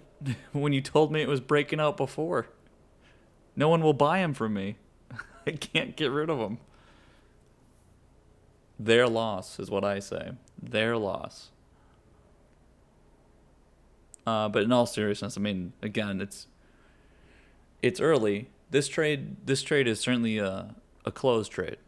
I mean, it doesn't need to be a buy at close, but in terms of its move, is most likely going to be a close move, and then come next week move, right? Let's look at the market.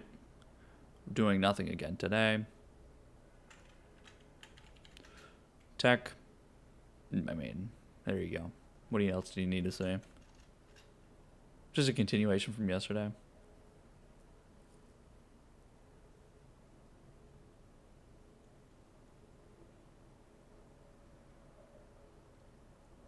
We're losing volume a lot quicker today again as well. So, again, you're getting into like the tightest you're going to be in terms of the market, right? We've already sort of entered lunch volume already. Volatility continues to sit. We're at 21 now on the spot VIX. That's almost this territory breaking back down. That's really interesting. I'm not sure about that. I have kind of a hard time believing that, but okay.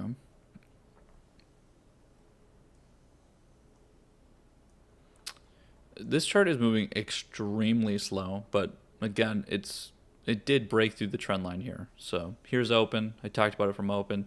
It's continuing to go. Man, it's just it's moving extremely slow.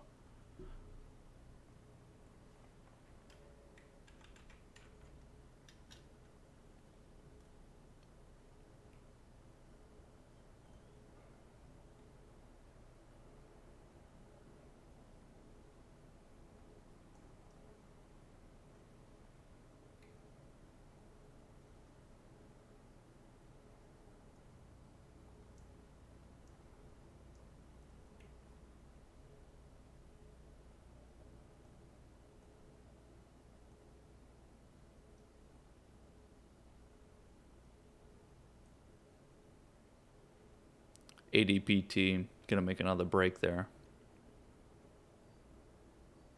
Hog. If we break 37 here, I'll be a hogger. We already took this trade from over here, if you remember. Already took this trade from over there. Who let the hogs out?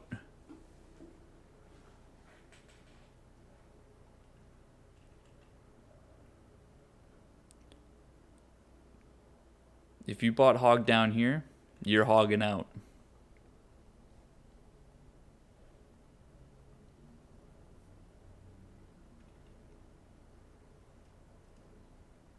That's going to get sweaty. And it's going to get crowded in that trade. LX, again, if you are missing this kind of trade here, you got to start trusting in the levels a little bit more. You start trusting it a little bit more.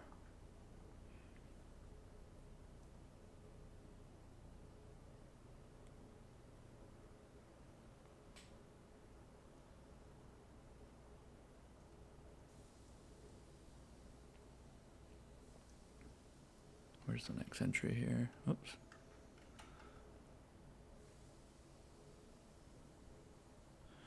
Close.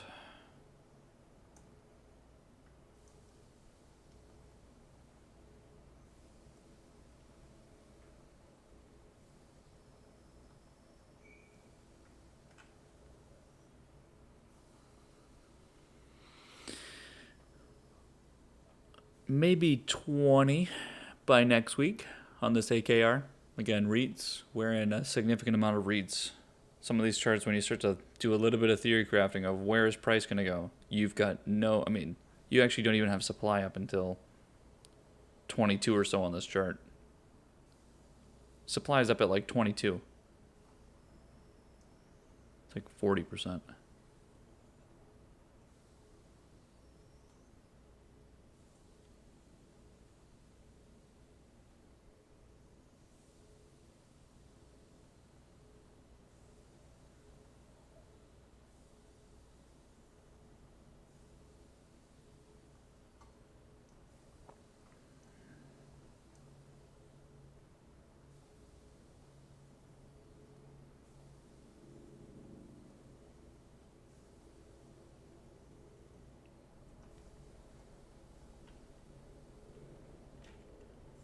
FLR support, Ford, you're still, we need more information there. More information. I'm a believer. FLR.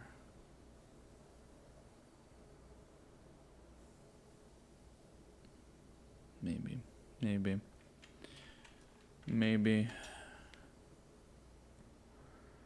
There's a few things we should be, we've already talked about the all-time high idea. The charts that are going to get, the thing to remember is that when you go into all-time high on the market as a whole, everything starts to get demand. And so it's the charts that are sitting right at supply that are going to get the largest boost. Something like X here that has 3 converging levels of supply here today. This is the kind of chart that if you get a push from the market is going to explode, because who's getting into this trade? Not, yes, you and I, but who's actually pushing this trade? It's long positions by institutions. Who's going to push the S&P? Not you and I, institutions. So again, if the average is going to move and you're going to remove supply, these are the kind of charts that are going to get the brunt of it, right? These charts that have significant amount of supply that they're underneath, but then all the buying comes through and it's see you later. So keep that in mind, especially if we do that during lunch and you're going to get that ridiculous melt up lunch, that the way this week has been, these last couple days, right? You think about the last couple days in the market and the pause that everyone has taken, that anxiousness, right, to do nothing. We've been just sitting here. Look at the all-time high. It's right there. Look at when you zoom out of this chart on the 15. Look at over here. That's the all-time high. We've done it every single day. That's why we've been buyers every single day, right? For whatever reason, there's just been that anxiousness. And again, people just forget. Something happens for too long that it's like, we can't keep doing that. There's no way, right? We've never doubted. Chewy, we never doubted. What were we doing over here? We bought. We were buying over here. We bought over here. You never lost value. This is the kind of thing where it mattered 2 days ago. Now it's too late. Mattered 2 days ago not to shit your pants. right? Or maybe you did. Now you're just sitting and you're happy. You shit your pants. Whatever you did. This is the kind of situation where, again, there's just that overall level of anxiety that people feel for no reason. For no reason. Just not understanding. There's no, just, you know, not even a blissful ignorance. Not until now.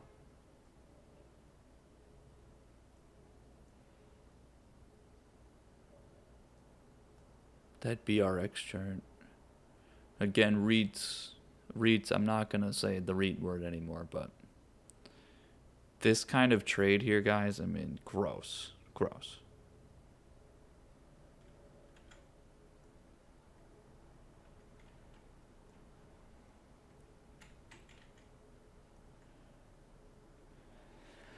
Gross. Stop. Take that off my screen.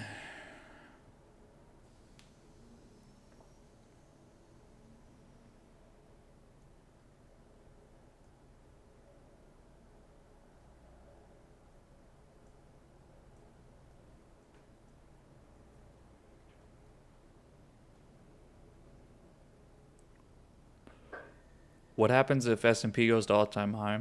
This chart's going to put 10% on, right? What happens if what happens if the S&P puts all-time high on? What happens to this pen chart? What happens to the DraftKings chart? What does retail do when they realize they don't need to be scared about anything? Retail hasn't done anything in like the last 2 days. That 1/5 the volume. What are they going to do if S&P actually breaks out? They're going to see the S&P chart. They're going to look at it. They're going to be looking at their whatever they're looking at on Robinhood. It's going to show green on their phone. Greasy fingers. They're going to lick that ketchup off their fingers, finish the Big Mac, and they're going to go buy something like this. This is a discount to them. Now, they didn't realize that they could have just bought down here like the rest of us, like normal traders. But they're going to realize over here that they can go buy it. And you can go pick up an option for that move, right? If you're not able to take this type of trade here, and again, this is the kind of thing that you do wait for. You do wait for it, right? But looking at this trend, however you want to draw this trend line through here, right? There's a lot of different ways you could look at it. But however you want to do it, they all tell you the same thing. And whether it's this trend line that you're buying on with support, however you're looking at this kind of trade, when you ask yourself, where's this price going to be by the middle of next week? It's very hard. It's very hard to say, or it's kind of silly to say that it's not going to be higher than it is now, which again is all you need to know for options, because in options is a bet that price is going to be different than what the market has it at now. When you think of everything is technically neutral in terms of options and the underlying. Everything is almost always delta neutral. And that's why most people don't make money when they trade, because everything is basically neutral across the board, right? You're betting on something happening that the market doesn't think is going to happen. When you make money on options, it's because you bet the market was going to, you bet that the market was wrong, that price was actually going to be in a different point than it is, right? That's like the situation here. And from the way we look at charts, we look at this as the opportunity here, and that the market's wrong. The market was wrong selling here, right? That's what we do. That's the whole point of trading the options. So we're betting that this is incorrect. Why is the price here? What's going on down here, right? That's how we view the chart. But the market doesn't view it like that. The market thinks the price is right here. No, it's worth this point. Okay. Twitter? When Twitter was over here, the market thinks it's worth 55. Okay. Well, you're wrong. You're wrong, market. That's not the price. Right?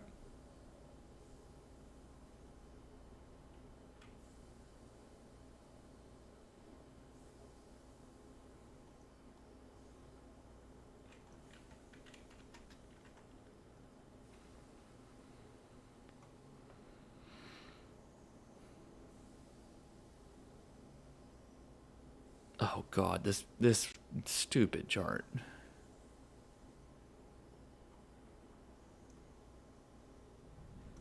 INTC running. I was just thinking maybe we should short INTC. I'm just kidding. Semiconductors, again, a good example. INTC not getting blown up over here. A good example of the sector holding up a ticker, right?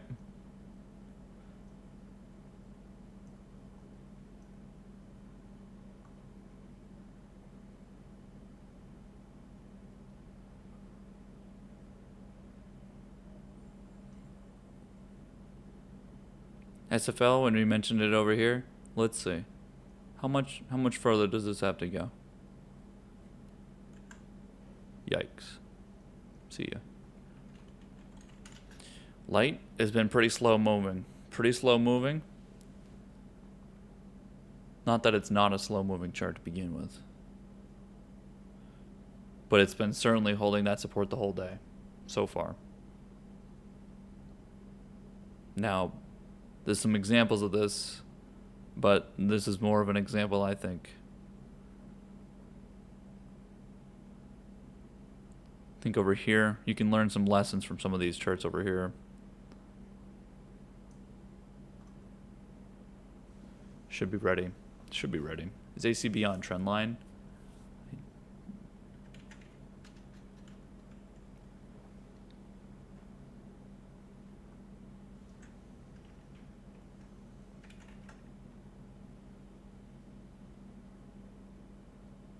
I mean, it's been on the trend line from before. This is way out there, so that's not on a trend line.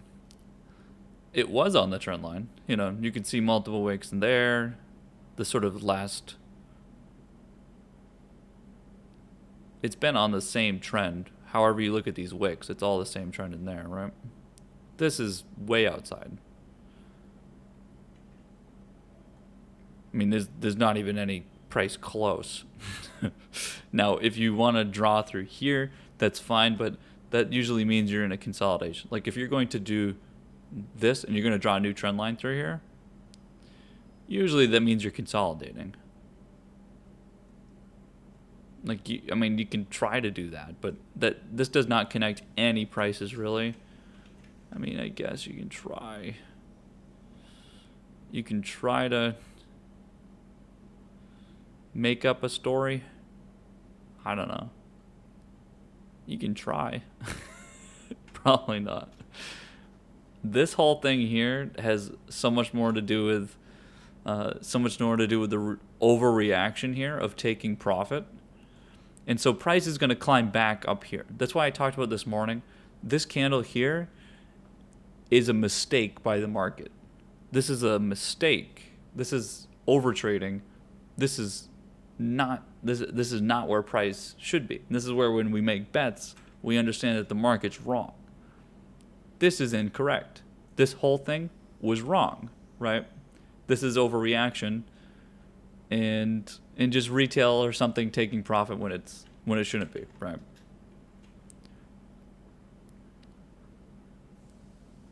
Brian's wondering if this is institutions. This is realization.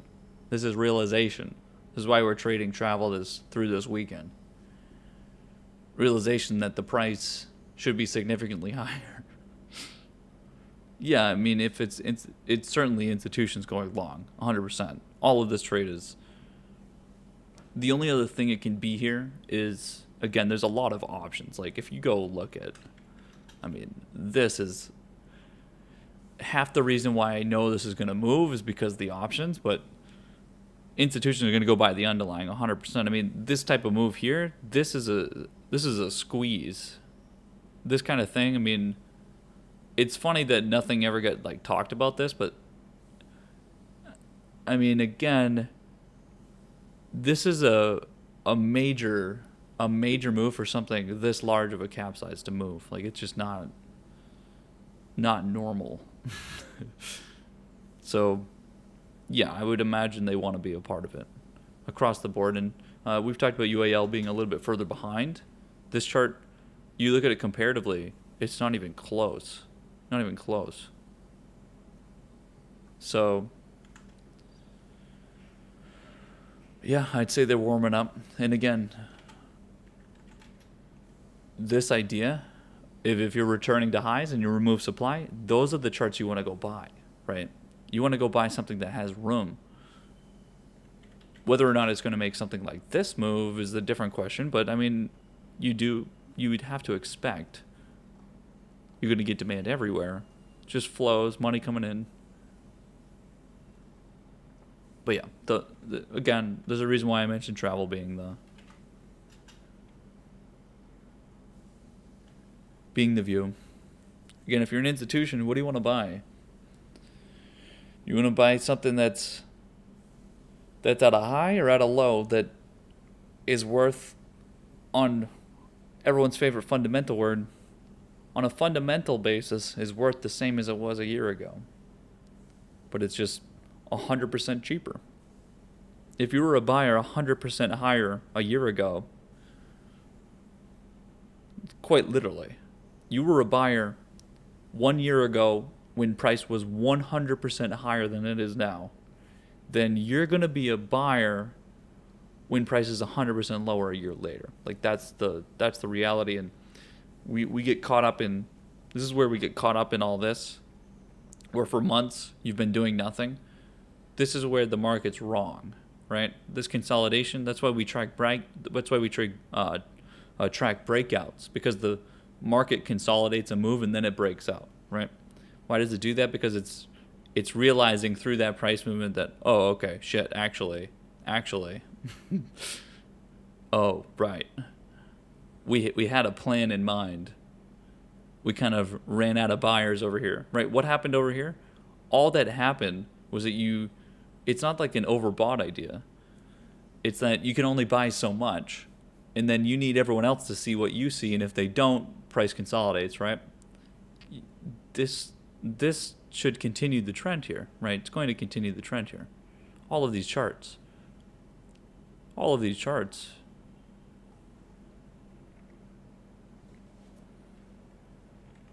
Brian mentioning the 21Cs on CCL. This chart from open. The good example, I think we said it yesterday, like this flagging idea, right? Yikes. I don't know, guys. We'll see how we do. It's like this FSR move here. Like, we'll see what we do, but 22 is likely. Some fun here. There's some fun here. I think we're having fun.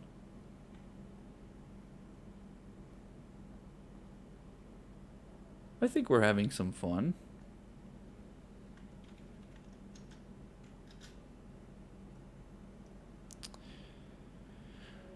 Okay, my next question is if the NASDAQ is going to go all-time high.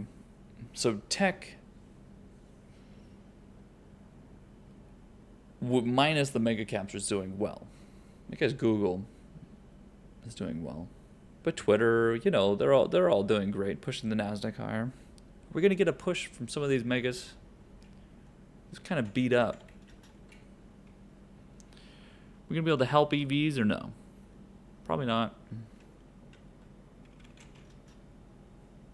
Short Facebook.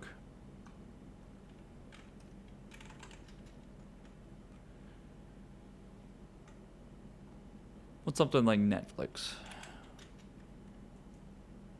This trend, it's got that bear flag vibe. It's not in a good spot. It needs help or else it's going to break down. Some of these charges look gross. I don't like that.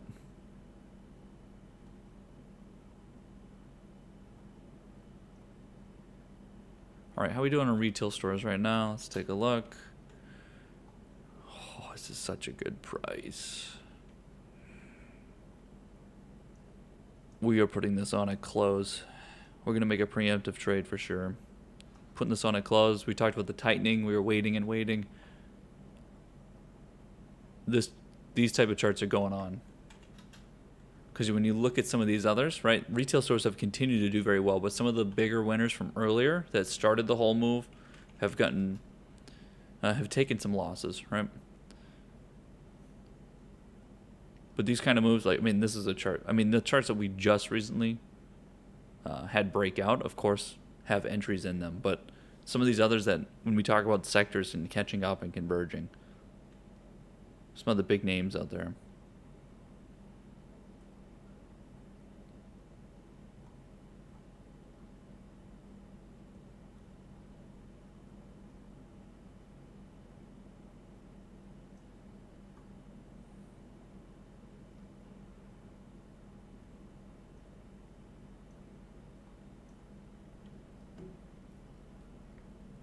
Let's see.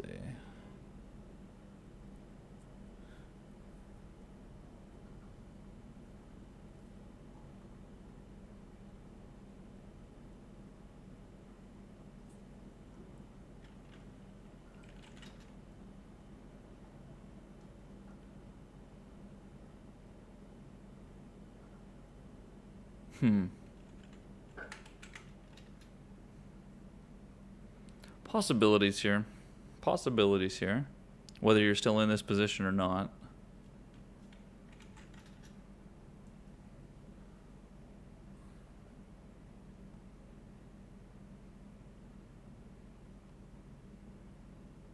Zoom, we keep going. We're not getting out of that.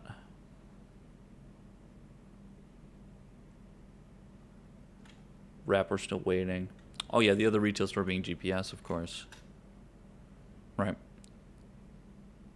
Are we saying no to this trade? Of course not. Right, we're going to push this trade.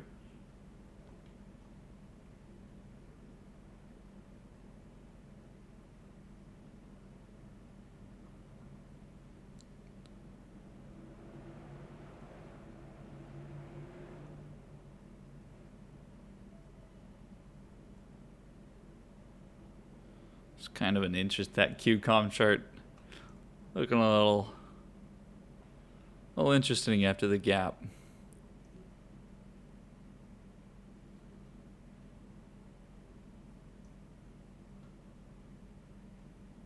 God. Not sure. That's a... Oh, God, that might be a... If you break... Let's see. Am I going to get baited into this trade?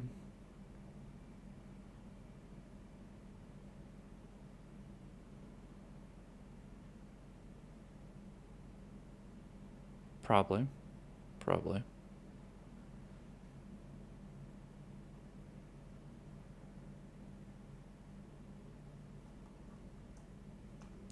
All right, we have a couple rules.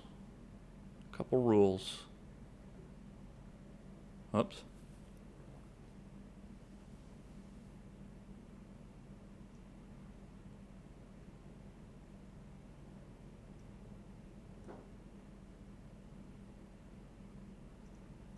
We'll see.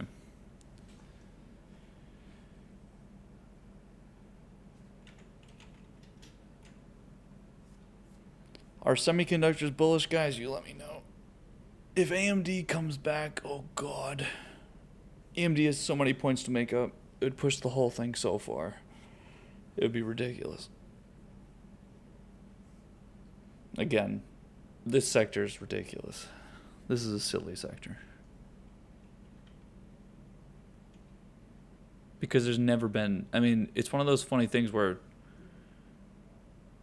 even when you have a large move to the downside, you don't care.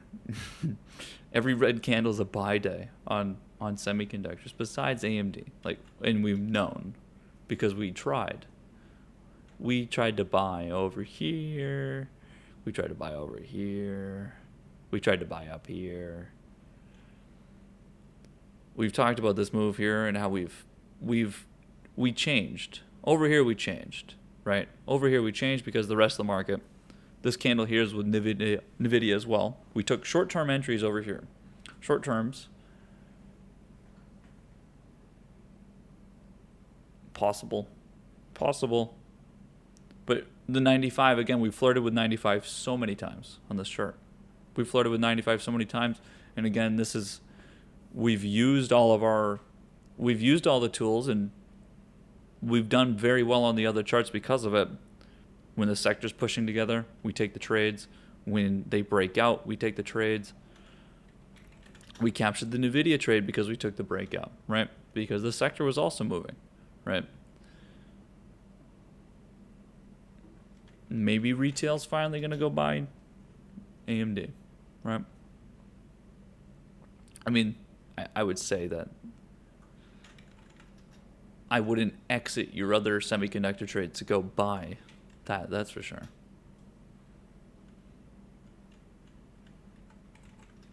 And again, solar being tied into semis, right? If you're trading solar, you're also capturing the same idea, right? And so all of these charts, again, this is a major sector, and there's a lot of these charts that you can be in that, I mean,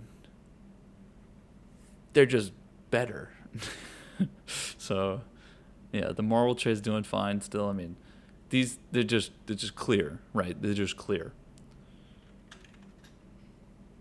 This one here, besides right here when we talked about it, because again, this move here, very similar to the rest of the market, but it has not been the same. It's not been the same. Jesus, what is going on over here?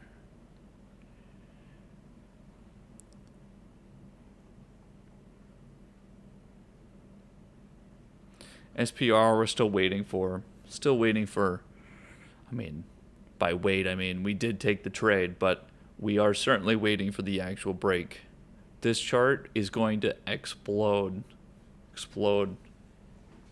Plug would be EV. Yeah, plug would be EV. I don't think we can.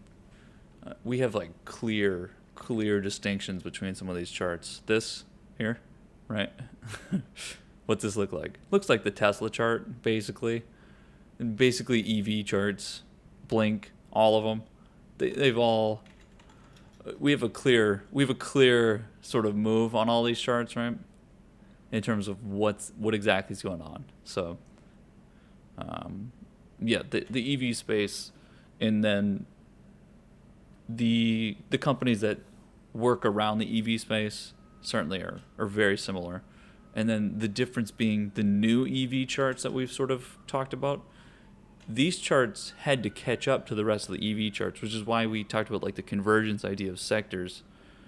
This is as soon as everyone started considering Ford, and then on the GM chart as well, started considering them like actual EV players, because they've come out and basically considered themselves that now, and that they're changing all their things. And so of course then everyone's like, oh, okay, future value, perfect. But yeah, definitely different charts. Peloton still has not moved. That's not possible.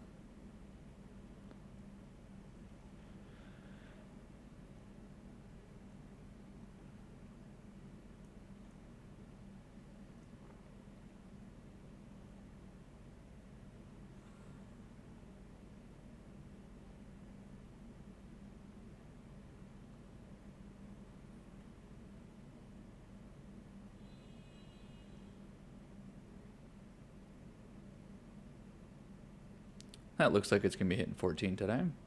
ATCO. All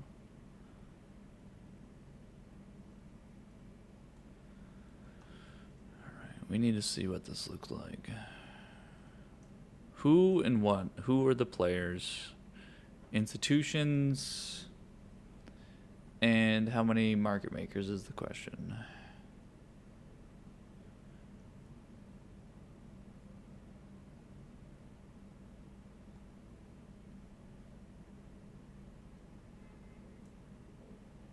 Don't think we're going to need to turn that red again.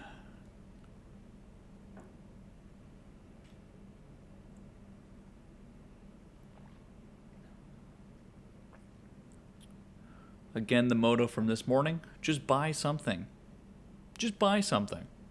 You actually would have find it very hard pressed that if you bought something this morning that you lost. If we take a look at the sell side, none of these charts were buyable at the open.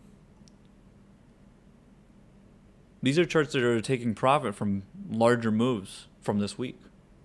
When I look at the sell side, besides like something like, no, because even these were open. You could even buy these from open. So, yeah, I mean, most of these are just take profits from the day before. Blink, did you buy? No, that's selling. Upwork's taking profit. You wouldn't have bought that up there. Open, you could have even bought it open. It wouldn't even matter anyway. That's just taking profit from yesterday. So anything that you would have bought from open, even something like this, right? Just to give an example, if you bought this at open, you're actually up. So if you bought anything from open, you could have even bought Tesla from open, and you would have been fine. You'd be doing quite okay.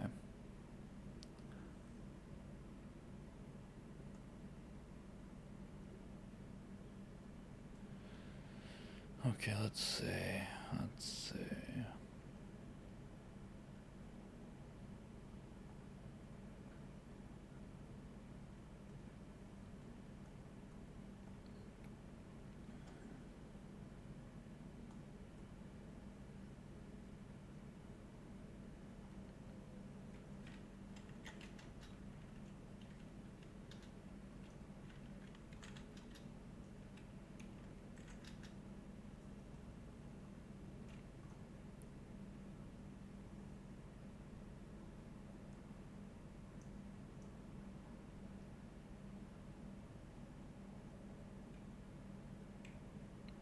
That chart does not stop, huh?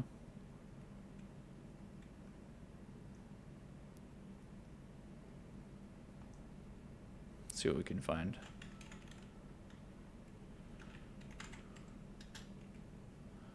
Let's see what we can find.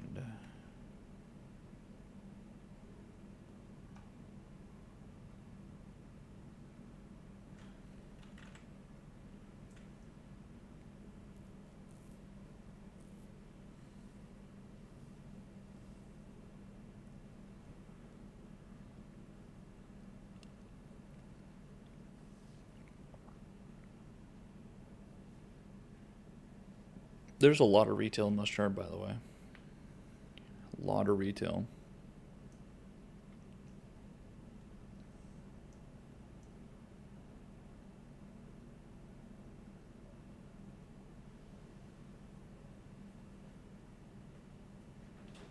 Chewy.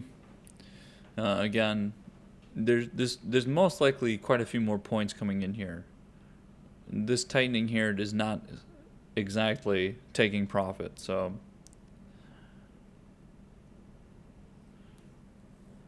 Beyond, that's a ticker name I haven't heard in a long time. That's quite the move. Possibilities there, for sure. I mean, in terms of this trend's going to continue. Trend's going to continue.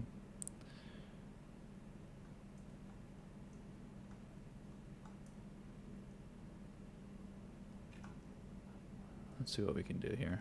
Let's see what we can do.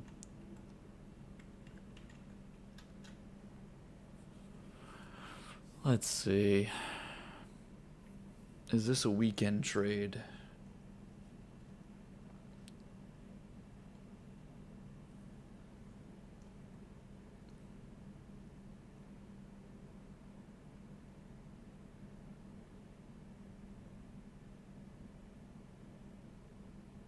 Long weekend.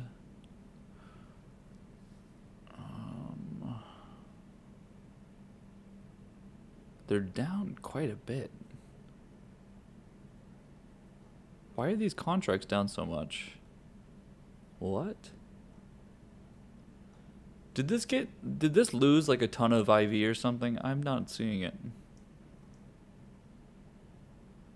Contracts are down quite a bit today.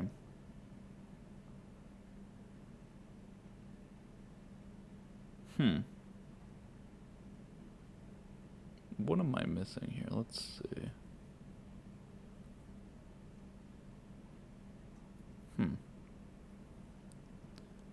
Pretty cheap. Those are pretty cheap.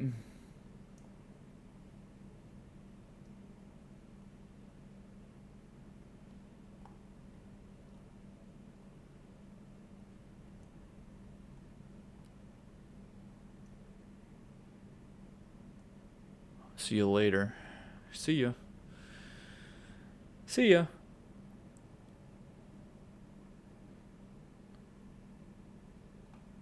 I want to get this Yeti position.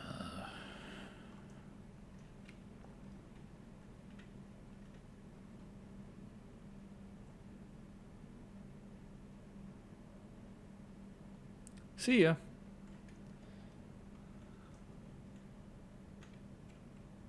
See ya. See ya.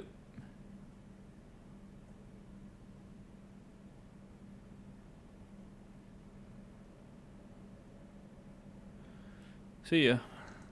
I see a lot. I see a lot that's going to make some points here.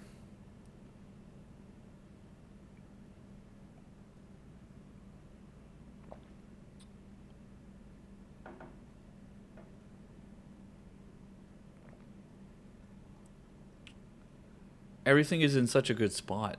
These trend lines are ridiculous. Every chart I look at. God. I mean, this is going to... Oh, I mean, let's do it right now. Let's do it right now.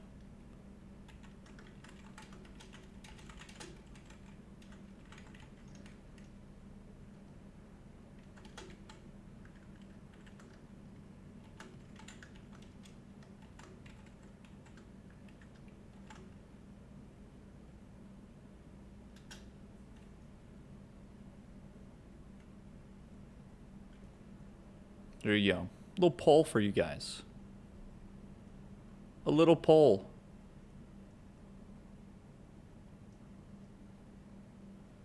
Whatever you believe.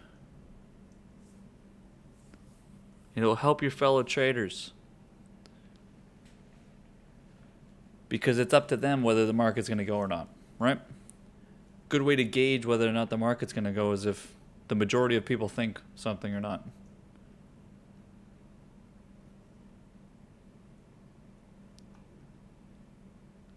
What the hell is going on over here? This chart is so ugly. God. I don't know why I have this on here. What is that? Get that off my screen. HYLN pullback? I don't think so. I think it's just from that big profit day.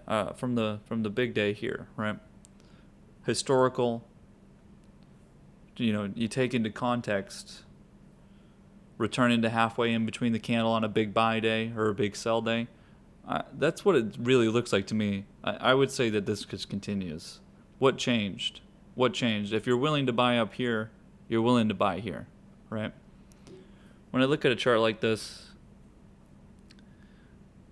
it would be one thing if this chart, for instance, was up here, right? If the chart was like up here and at a high, it's another thing for it to be down here and even be lower than just a couple months ago.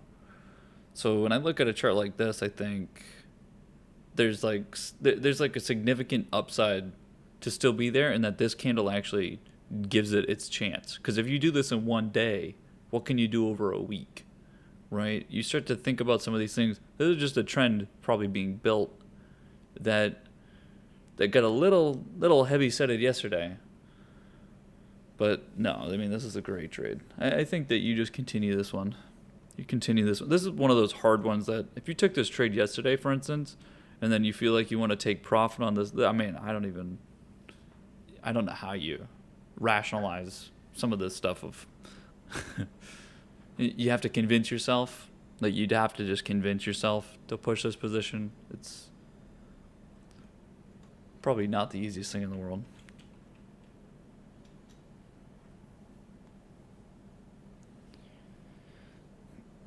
But I think that continues. Even if it came down to support, which it didn't, which makes it feel... You know what it makes it feel like? That the fact that it didn't come down to support makes it seem that it's just taking into context that it needs to return about halfway until it can actually continue.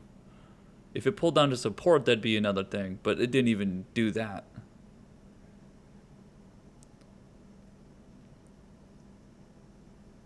Think that yeah, it's hard to say.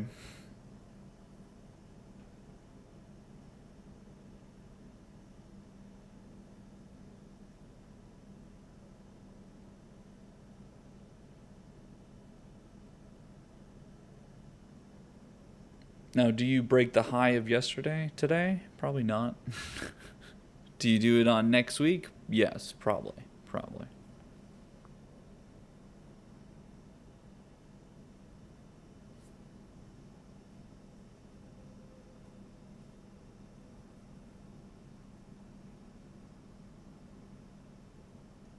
And a good way, again, a good way to look at a chart like this is that when you look at it on the underlying, it's returned to about halfway between here and here. If you look at the options, if on the options comparatively, for instance, if this is the option chart, so on the underlying, it's returned to about halfway between, right?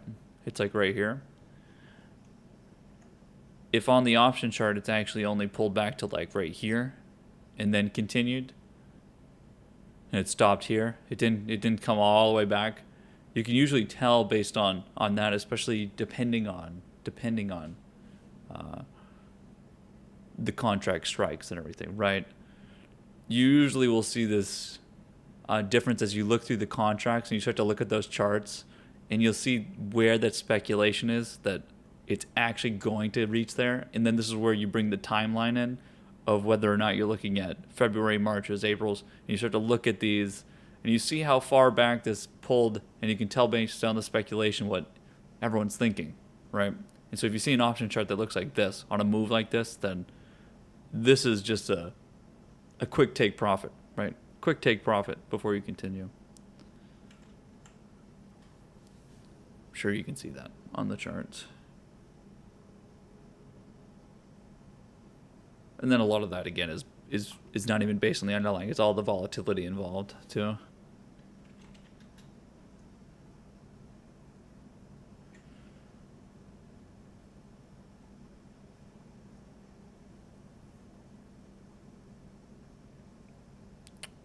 Wondering like this, how many points get put on here?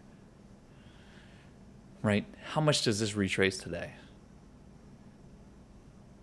Would your mind be blown if this came all the way back up, like back up into here? If we came up to 29 on MJ, would you be like, oh man, fuck? Oh shit.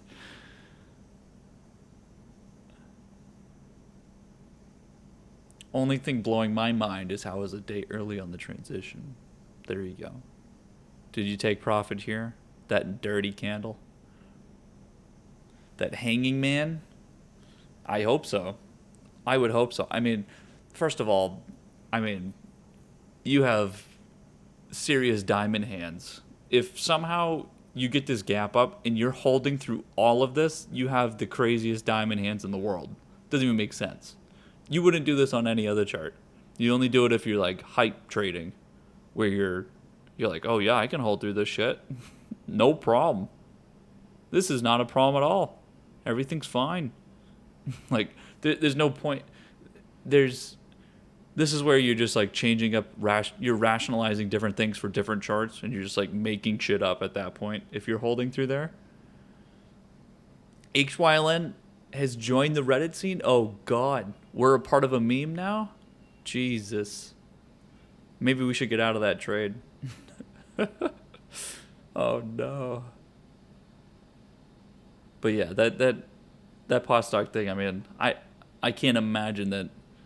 The reason why the chart moved the way it did is because everyone took profit at this point that they were supposed to, but it just got fucking boned.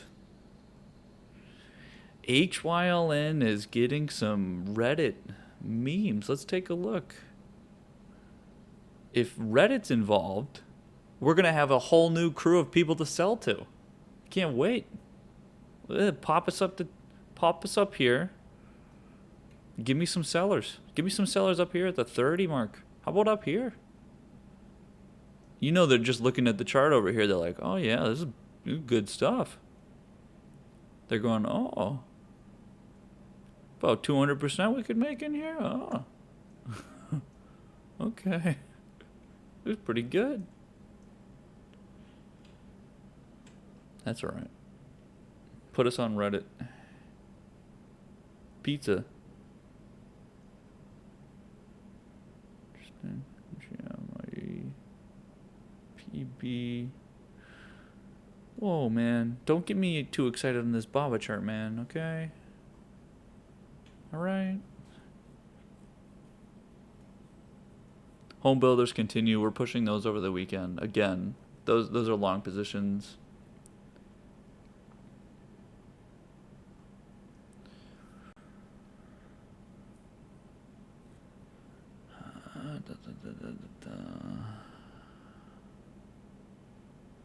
VRG. Plan. What's the plan? It's a tough one. I think you just have to push it. That's a tough one. If you entered this trade from over here, that's a tough one. That is a tough one. MTZ wedge. Let's take a look. MTZ wedge breakout. What? Oh, bottom wedge.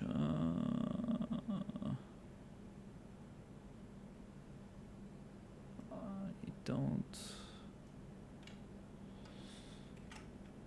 I think it's just a continue. Like it's just continuing to move ahead. I don't know if this is a consolidation or not. It's hard to tell. I guess it is. It's certainly a little strange. It's just bullish anyway. Whether this was a consolidation or not, it's certainly trending to the upside, so it's possible. It's certainly possible. But the thing is that it's just been on the same move the whole damn time. Like it never even changed. From these breakouts here, it's never stopped moving. I guess this is a bit of a consolidation there. We'll see. I say that this is just good for the upside, and again, this is sort of this is tied into the whole spending idea with government spending and reinflation idea, all the economy going. So this is completely tied into that. It's a little home builder-esque with that. The same reason why home builders is going. The same reason why we expect something like X to come back and why it was doing well, right? These type of charts, all that spending. So HD, would this be a part of home builders? I would say this is similar to when we talk about intermediaries of a sector and tied into retail stores a little bit. This is tied into retail stores a little bit. But I have some like problems with this chart, and again, the amount of supply in here is just.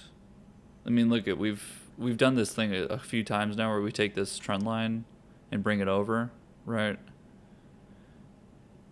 This like constant. Yeah, I don't like it. I just don't like this chart. I mean, if it broke out again, you can capture it. But the same thing still has been happening. It's just not. It's not getting the same action. When you look at the home builder chart, I mean, like there is no doubt here. There is no doubt here. The other being when you look at the individual tickers like DHI, there is no doubt up here. You could look at the HD chart and see it's a little similar in here, but the thing is that there's no downtrend that holds it like as a resistance. So I don't think the HD chart's going to catch up. Win March 5 127 call sweeps. I don't know what that is. That's definitely not me. I've been in. That's not me. That's not me. I was in. You can go back and see me.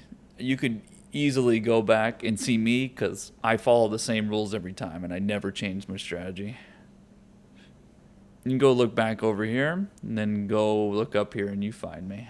You tell me. It's like the airline one. You know when you go look at this chart, you can find me pretty easy. You can find me pretty easy in here.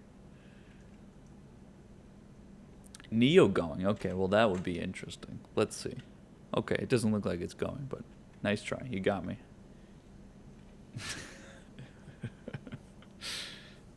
You got me.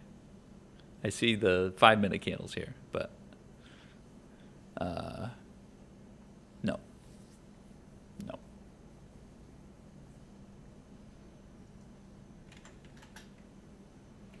Market's still sitting here.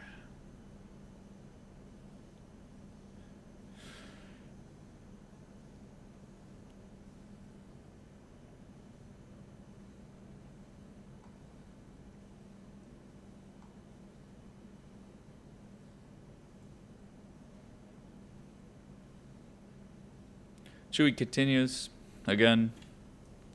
Yeah, see ya.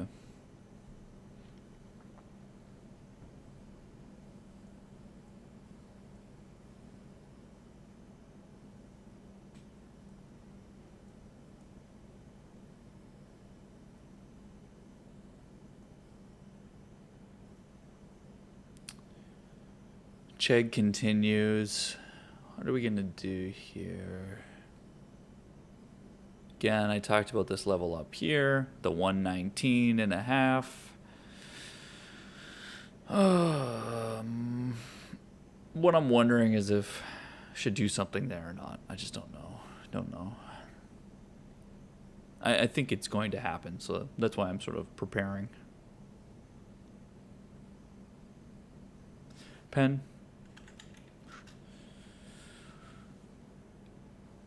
The trend line on Pen comes in at 132 and a half or so.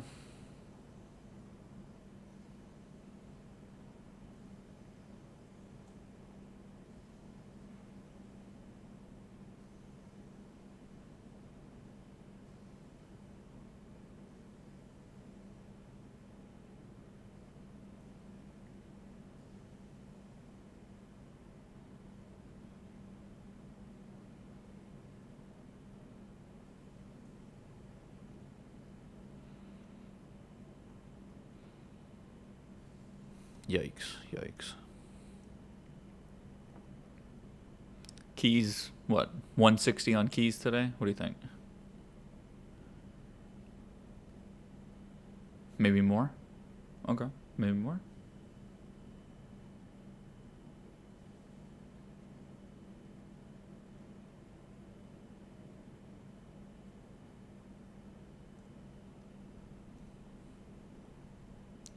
How about 161, 69?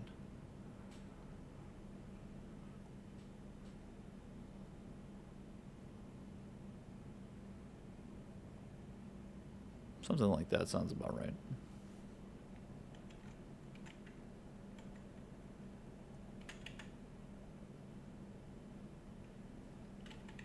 What do you mean, man? That's ridiculous. Okay. Okay. Whatever. Laser. Yeah. Oops, sorry, guys.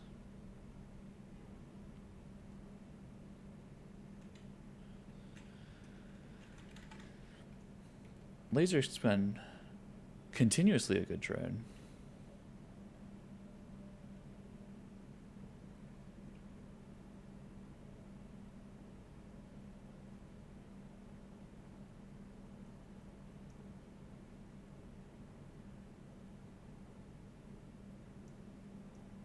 There's like 4 people in this chain.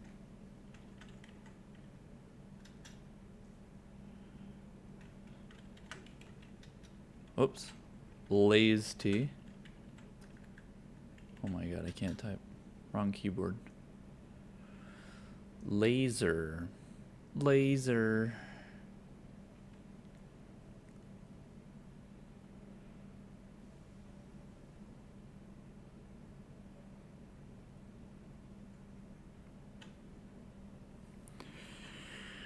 Oh. Certainly a lot of people sitting in the position, that's for sure. That's for sure.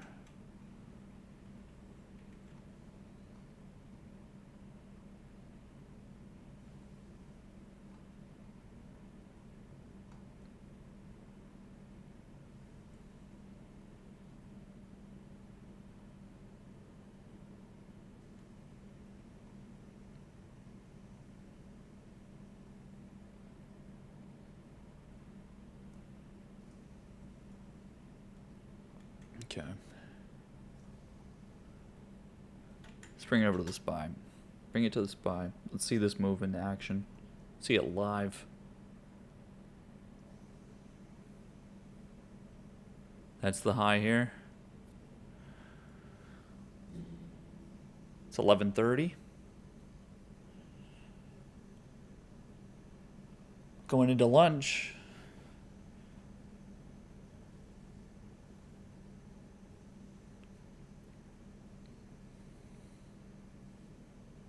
Are you going to get the move?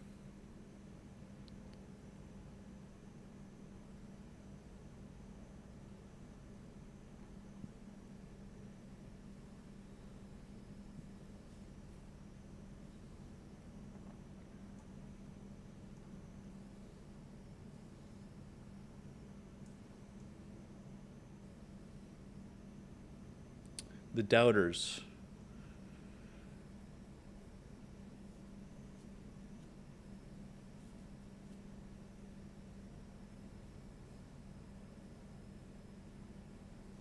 Jesus, this is some low volume. Hey man, can we move this candle here? We're moving 1 cent at a time. Okay, here we go. 2 cents.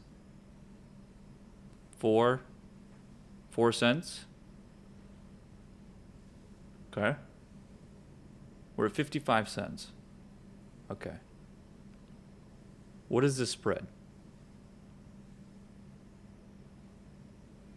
Yikes. Yikes.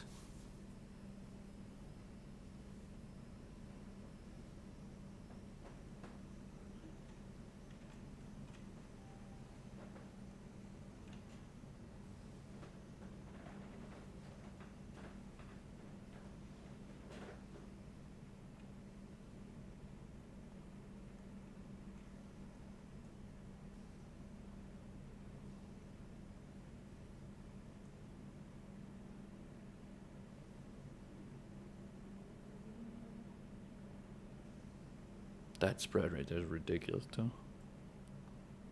Gotta love the low volume trades. Okay. While we're waiting for the market.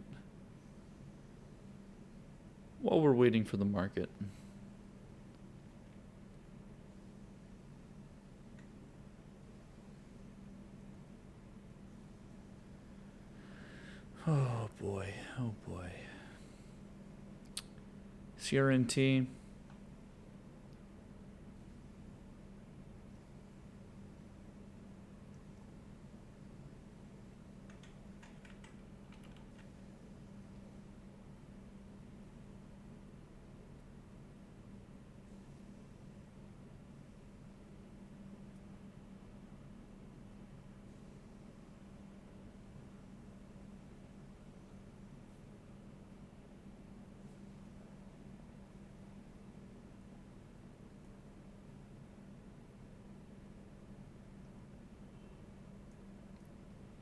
IV is exploding on this chart right now, by the way.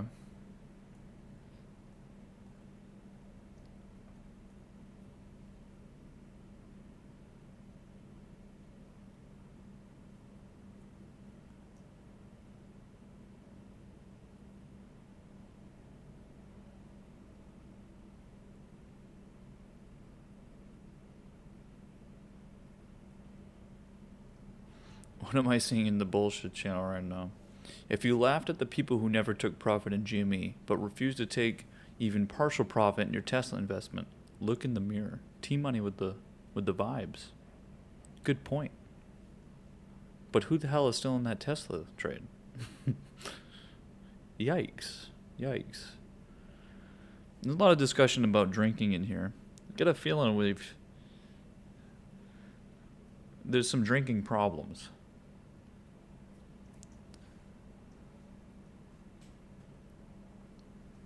Speaking of, look at this chart. What do you think? Any opportunities here?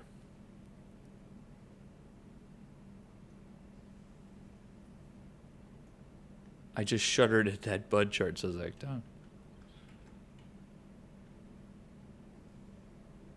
What do you think? You doing some vibes in here? Some possible some sort of consolidation in here. Certainly possibilities. If this is a bounce down here, then that's all you need. 2 wicks down here.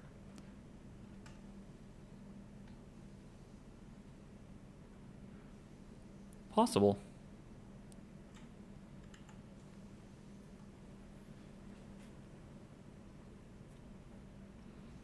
Certainly possible. I mean, you're even talking like some extreme things going on in here, but I mean, I wouldn't sleep on it.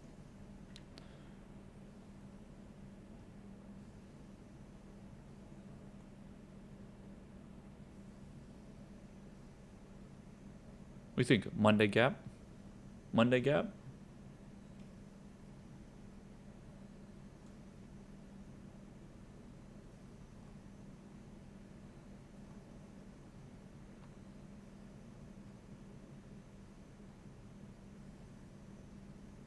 All right, let's bring it back to travel.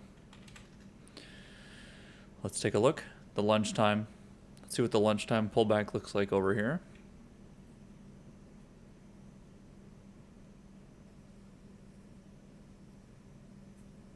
Looking at some other airlines, similar ideas, right?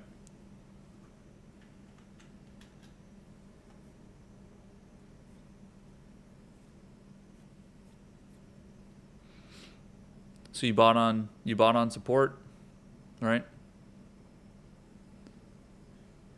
You're up 2% on the underlying. Are you dying? Is your life over? I don't know.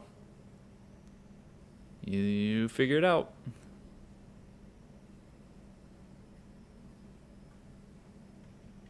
Are you going to make it?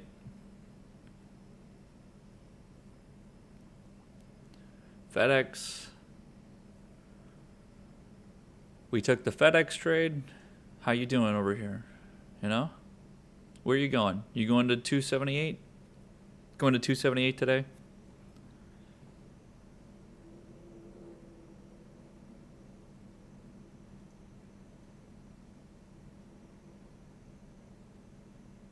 Ping pong.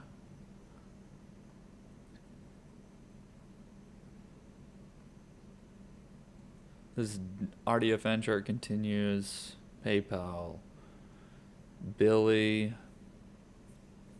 think there's certainly possibilities on the BYND chart. That'll be like a closed decision. Let's see. I'm thinking about doing something with that BB chart. If AMC is going to do it, I think you can do something similar. Again, we're going to look for these. I think there's a good chance. It's a good chance you're going to get that entry on those 2 charts, AMC and BB.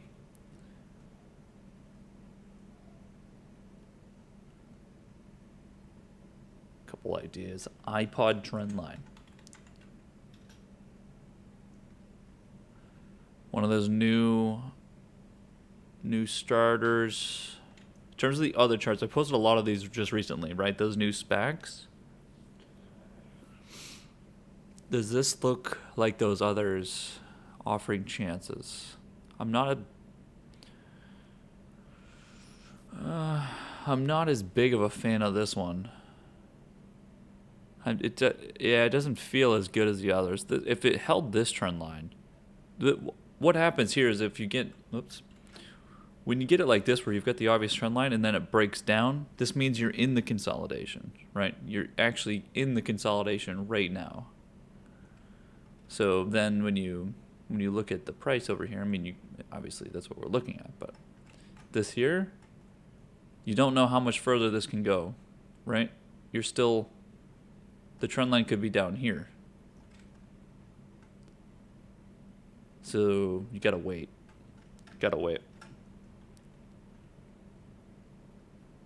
Trend line could be down here.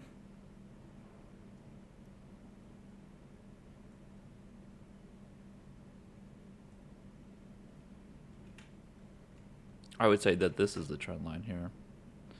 Based on the quick eye.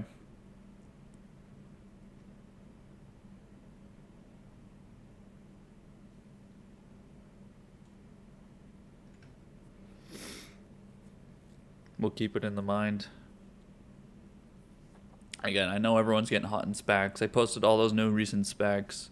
When they start to develop, send out the name, and I'll start to look at them when they start to come out.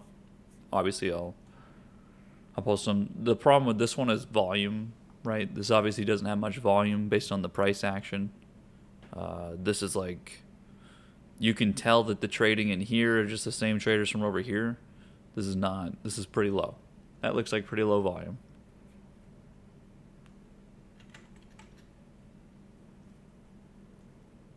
Get to a million volume, hold it for a few days, for a week, then we can talk.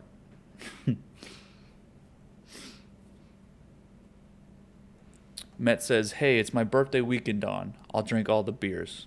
You should do that. Definitely. It's the weekend? Holy shit, didn't even realize. Long weekend, too. We don't have Monday. No Monday, traders. I actually forgot. I always forget about Washington Day. Washington's birthday. President's Day. I always forget. We have so many silly freaking holidays here. We just make shit up, right? At least other countries have real holidays. Like, they're actually celebrating shit. We just make shit up. Got the Easter Bunny. Even Christmas, we're just celebrating the birth of some random dude that may or may not have existed. Doesn't matter. Political affiliation. Thanksgiving, killing Native Americans. Celebrate it. Christopher Columbus. All the Italians always get mad. Columbus Day? What are we celebrating that for? Well, we found the land. Like, you know, people were living here for quite some time already, right?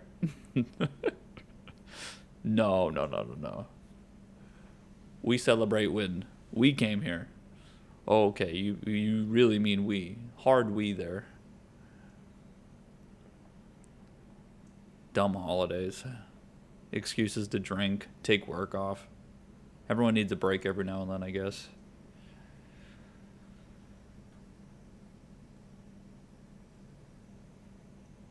We about to make another move on VFF or what? Again, there's like 3 of us in this group that are the whole option chain on this chart. If you haven't noticed, the last time I told you guys that, if you haven't noticed, it's actually just us over there. So again, always be careful on these lower volume, the charts that have like lower volume options, because usually if it's that's the case, it's usually just a few people here that are trading, and it's not always the greatest. And now this option chain has changed a lot, so I'm merely joking now, but it used to be the case over here that there was barely anybody trading this. So Halloween is a good holiday. I agree. It's a good one. Again, another bullshit made up holiday. It's not like it's like I always talk about, like, Martin Luther King Jr. Day is a real holiday. It's a real thing that happened. It's a real person. There's like a real connotation behind it. And then you get something like just a drinking holidays and made up shit. Oh, McKees has just woke up. He wants us to believe that anyway. wants us to believe it. We know why he didn't show up. Got a few ideas. Got a few ideas why.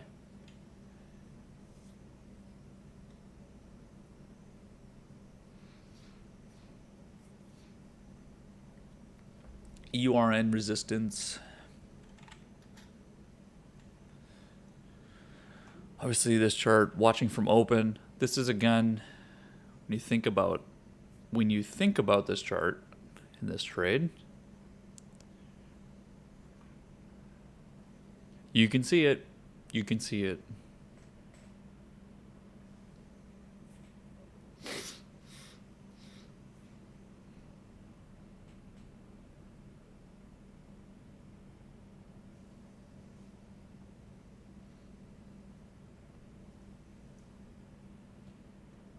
All right, so a couple things for lunch. Usually I'd give the spiel of price action during lunch does not matter. I think there are a few areas where price is going to matter, right? The one thing is if you get a melt up, if you do this leveling off here is certainly leading into price action, right? This tightening. So you're either leading into a melt up through the all-time high. We've talked about what's going to happen. If you go into all-time high here during lunch, all of these charts are going to pop off, right? We talked about Penn, DraftKings, those type of charts, all the retail type of tickers, PRPL, anything that's got some retail presence. There's certainly even then leading into semiconductors, right, or bullish. AMD then could get some retail presence that could push it out of its slump. These type of charts, we need to certainly keep in mind if there's going to be an all-time high break, they're going to do well. So you need to be ready for those during lunch. That's like a situation where, well, you're just going to need to watch price, right? You're not going to be able to just sit and do nothing if that happens because, again, if you leave those points on the table, then you feel stupid again, right? You should already start to feel silly if you didn't take these trades down here and be like, well, what am I doing? That's why I said the motto from today is get into a position, right? Get into a position from open. You can manage it thereafter if you need to, but you're going to find it hard-pressed that any of these charts are going to be down, right? This chart's going again, laser's going again. Is this going to break 40? Probably. So just being in a position would have been better than not, right? And you can say this for so many charts here today. I mean, we've already gone through a lot of them. There's a lot of examples, especially on the newer charts, where if you just bought them, you then have a better opportunity to then go ahead and manage it, right? Travel is the kind of thing that likely is not going to be until close, so I wouldn't really worry about any price action there. But again, I would certainly keep in mind anything that you know is a little bit more retail oriented.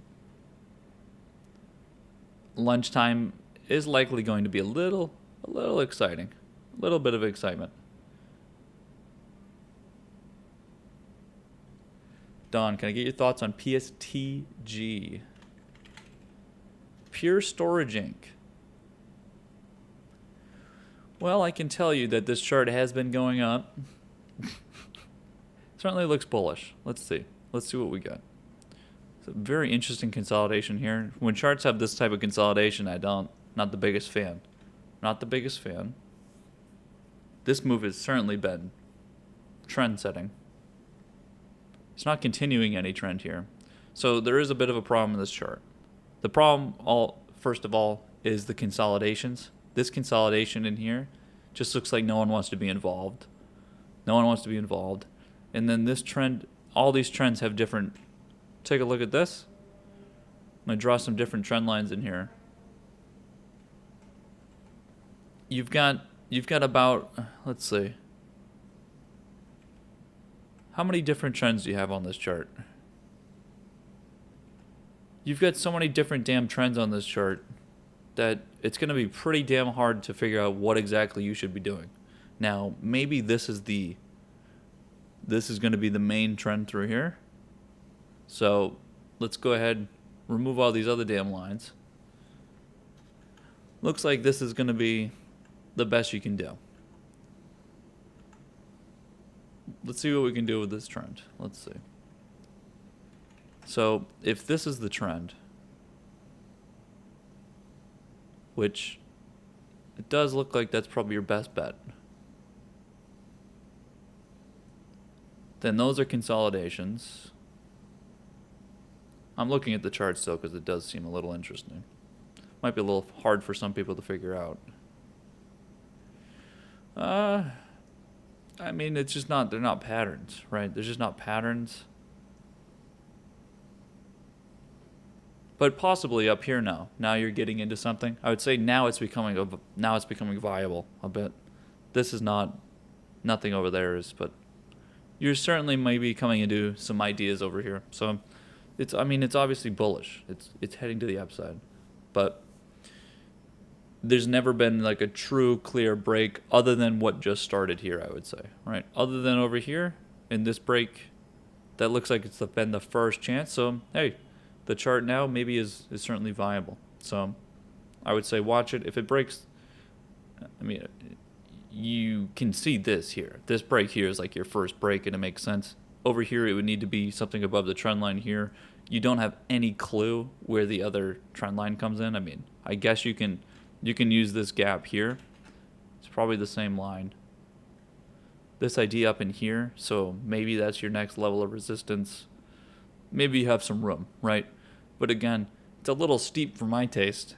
Little steep for my taste. You need some sort of consolidation, and based on the consolidations before, could take a minute. So you might need to see a little bit more. Now that price, this is probably volume. Probably the volume has, yeah, look at the volume has changed on this chart. You need this to average out over here. You need this to average out over here a little bit. GPS in the money calls 319 is getting traded. I would imagine. I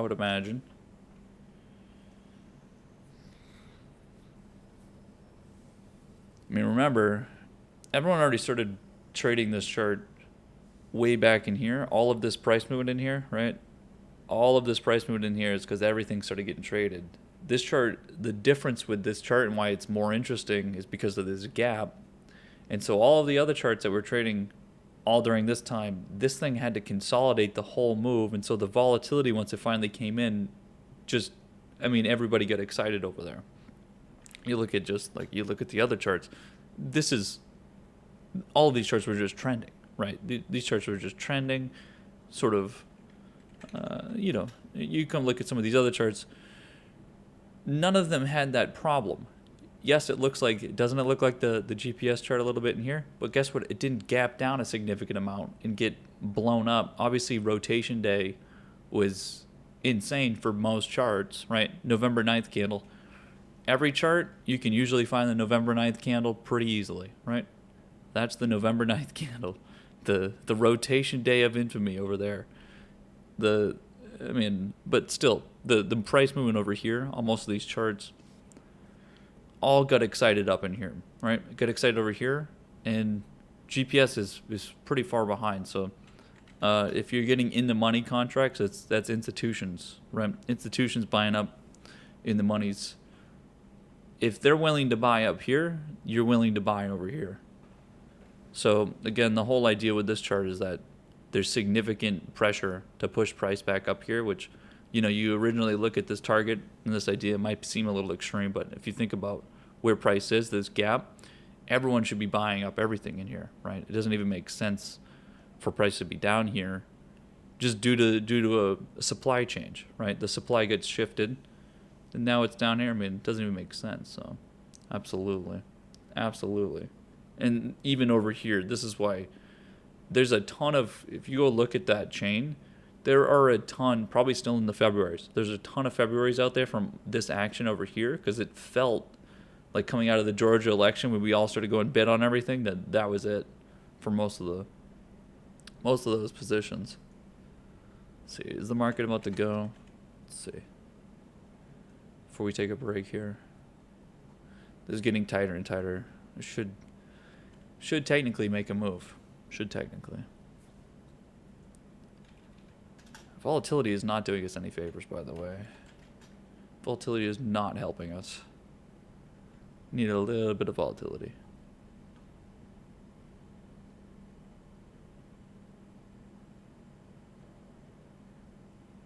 Let's see. EXAS. These bios. I mean, it's hard to keep up with all the bios, to be honest with you. This is why I talked about just being a free-for-all. Just switch them. Go into one day, go into another the next day. I mean, there's too many to keep up with or to even understand. I mean, like, what is nobody can understand or rationalize this move here. Like, it doesn't even make sense. This is certainly a sell day here. That's a bearish candle right there. You take this out of the context of the trend here, that's a bearish candle, right? It's going to consolidate in here now. So that's your take profit day. That's it, right? These kind of things are where you can switch it up and maybe it takes 2 or 3 days to consolidate and then it continues, whatever it is, to get back onto this trend. But other than that, I mean, some of these are a little ridiculous. Let's see. I don't think we need to do anything else. Everything has stopped moving.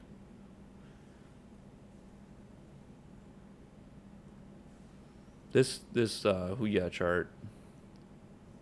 39.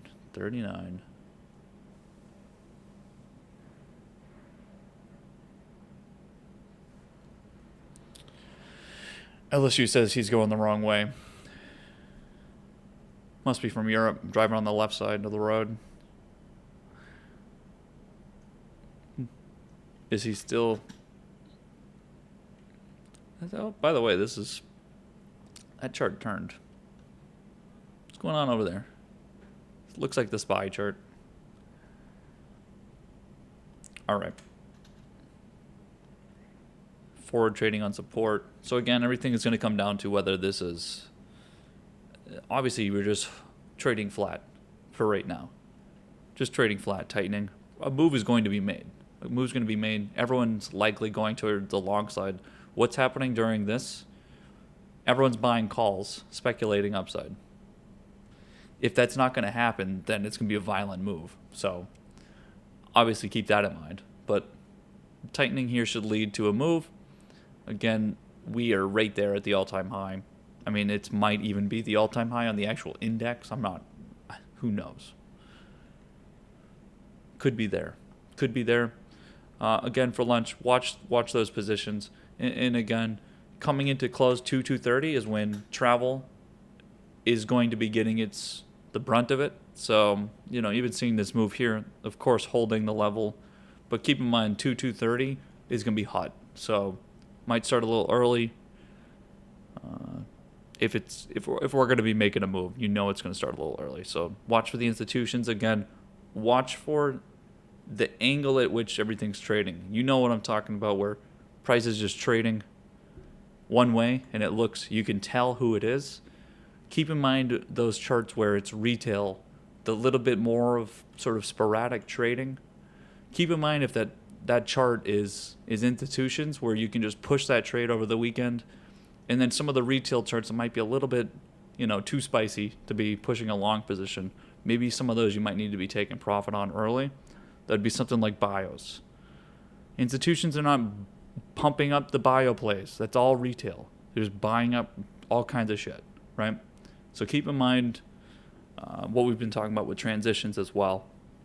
If you need to transition something, then do it, right? Don't leave unrealized gains over the weekend unless it's a long position then that is trending, right? And you'll see it. You know what I'm talking about. So let's take a break. We're seeing wind pop off right now. I'm going to be watching that during lunch, see if that starts early. Watch for the all-time high. Keep calling out positions because, again, the more that we all see as a group, the more we can grab. And, again, that's what it's about. I mean, it's not just you seeing it. Everyone sees it. So it's just...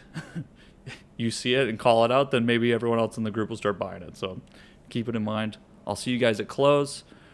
We have the long weekend, of course. There's no Monday. So also, that's a little bit of extra risk. Keep that in mind, but also can lead to a much significantly higher reward. So we're gonna keep we're going to keep everything on the table. Usual weekend risk trades.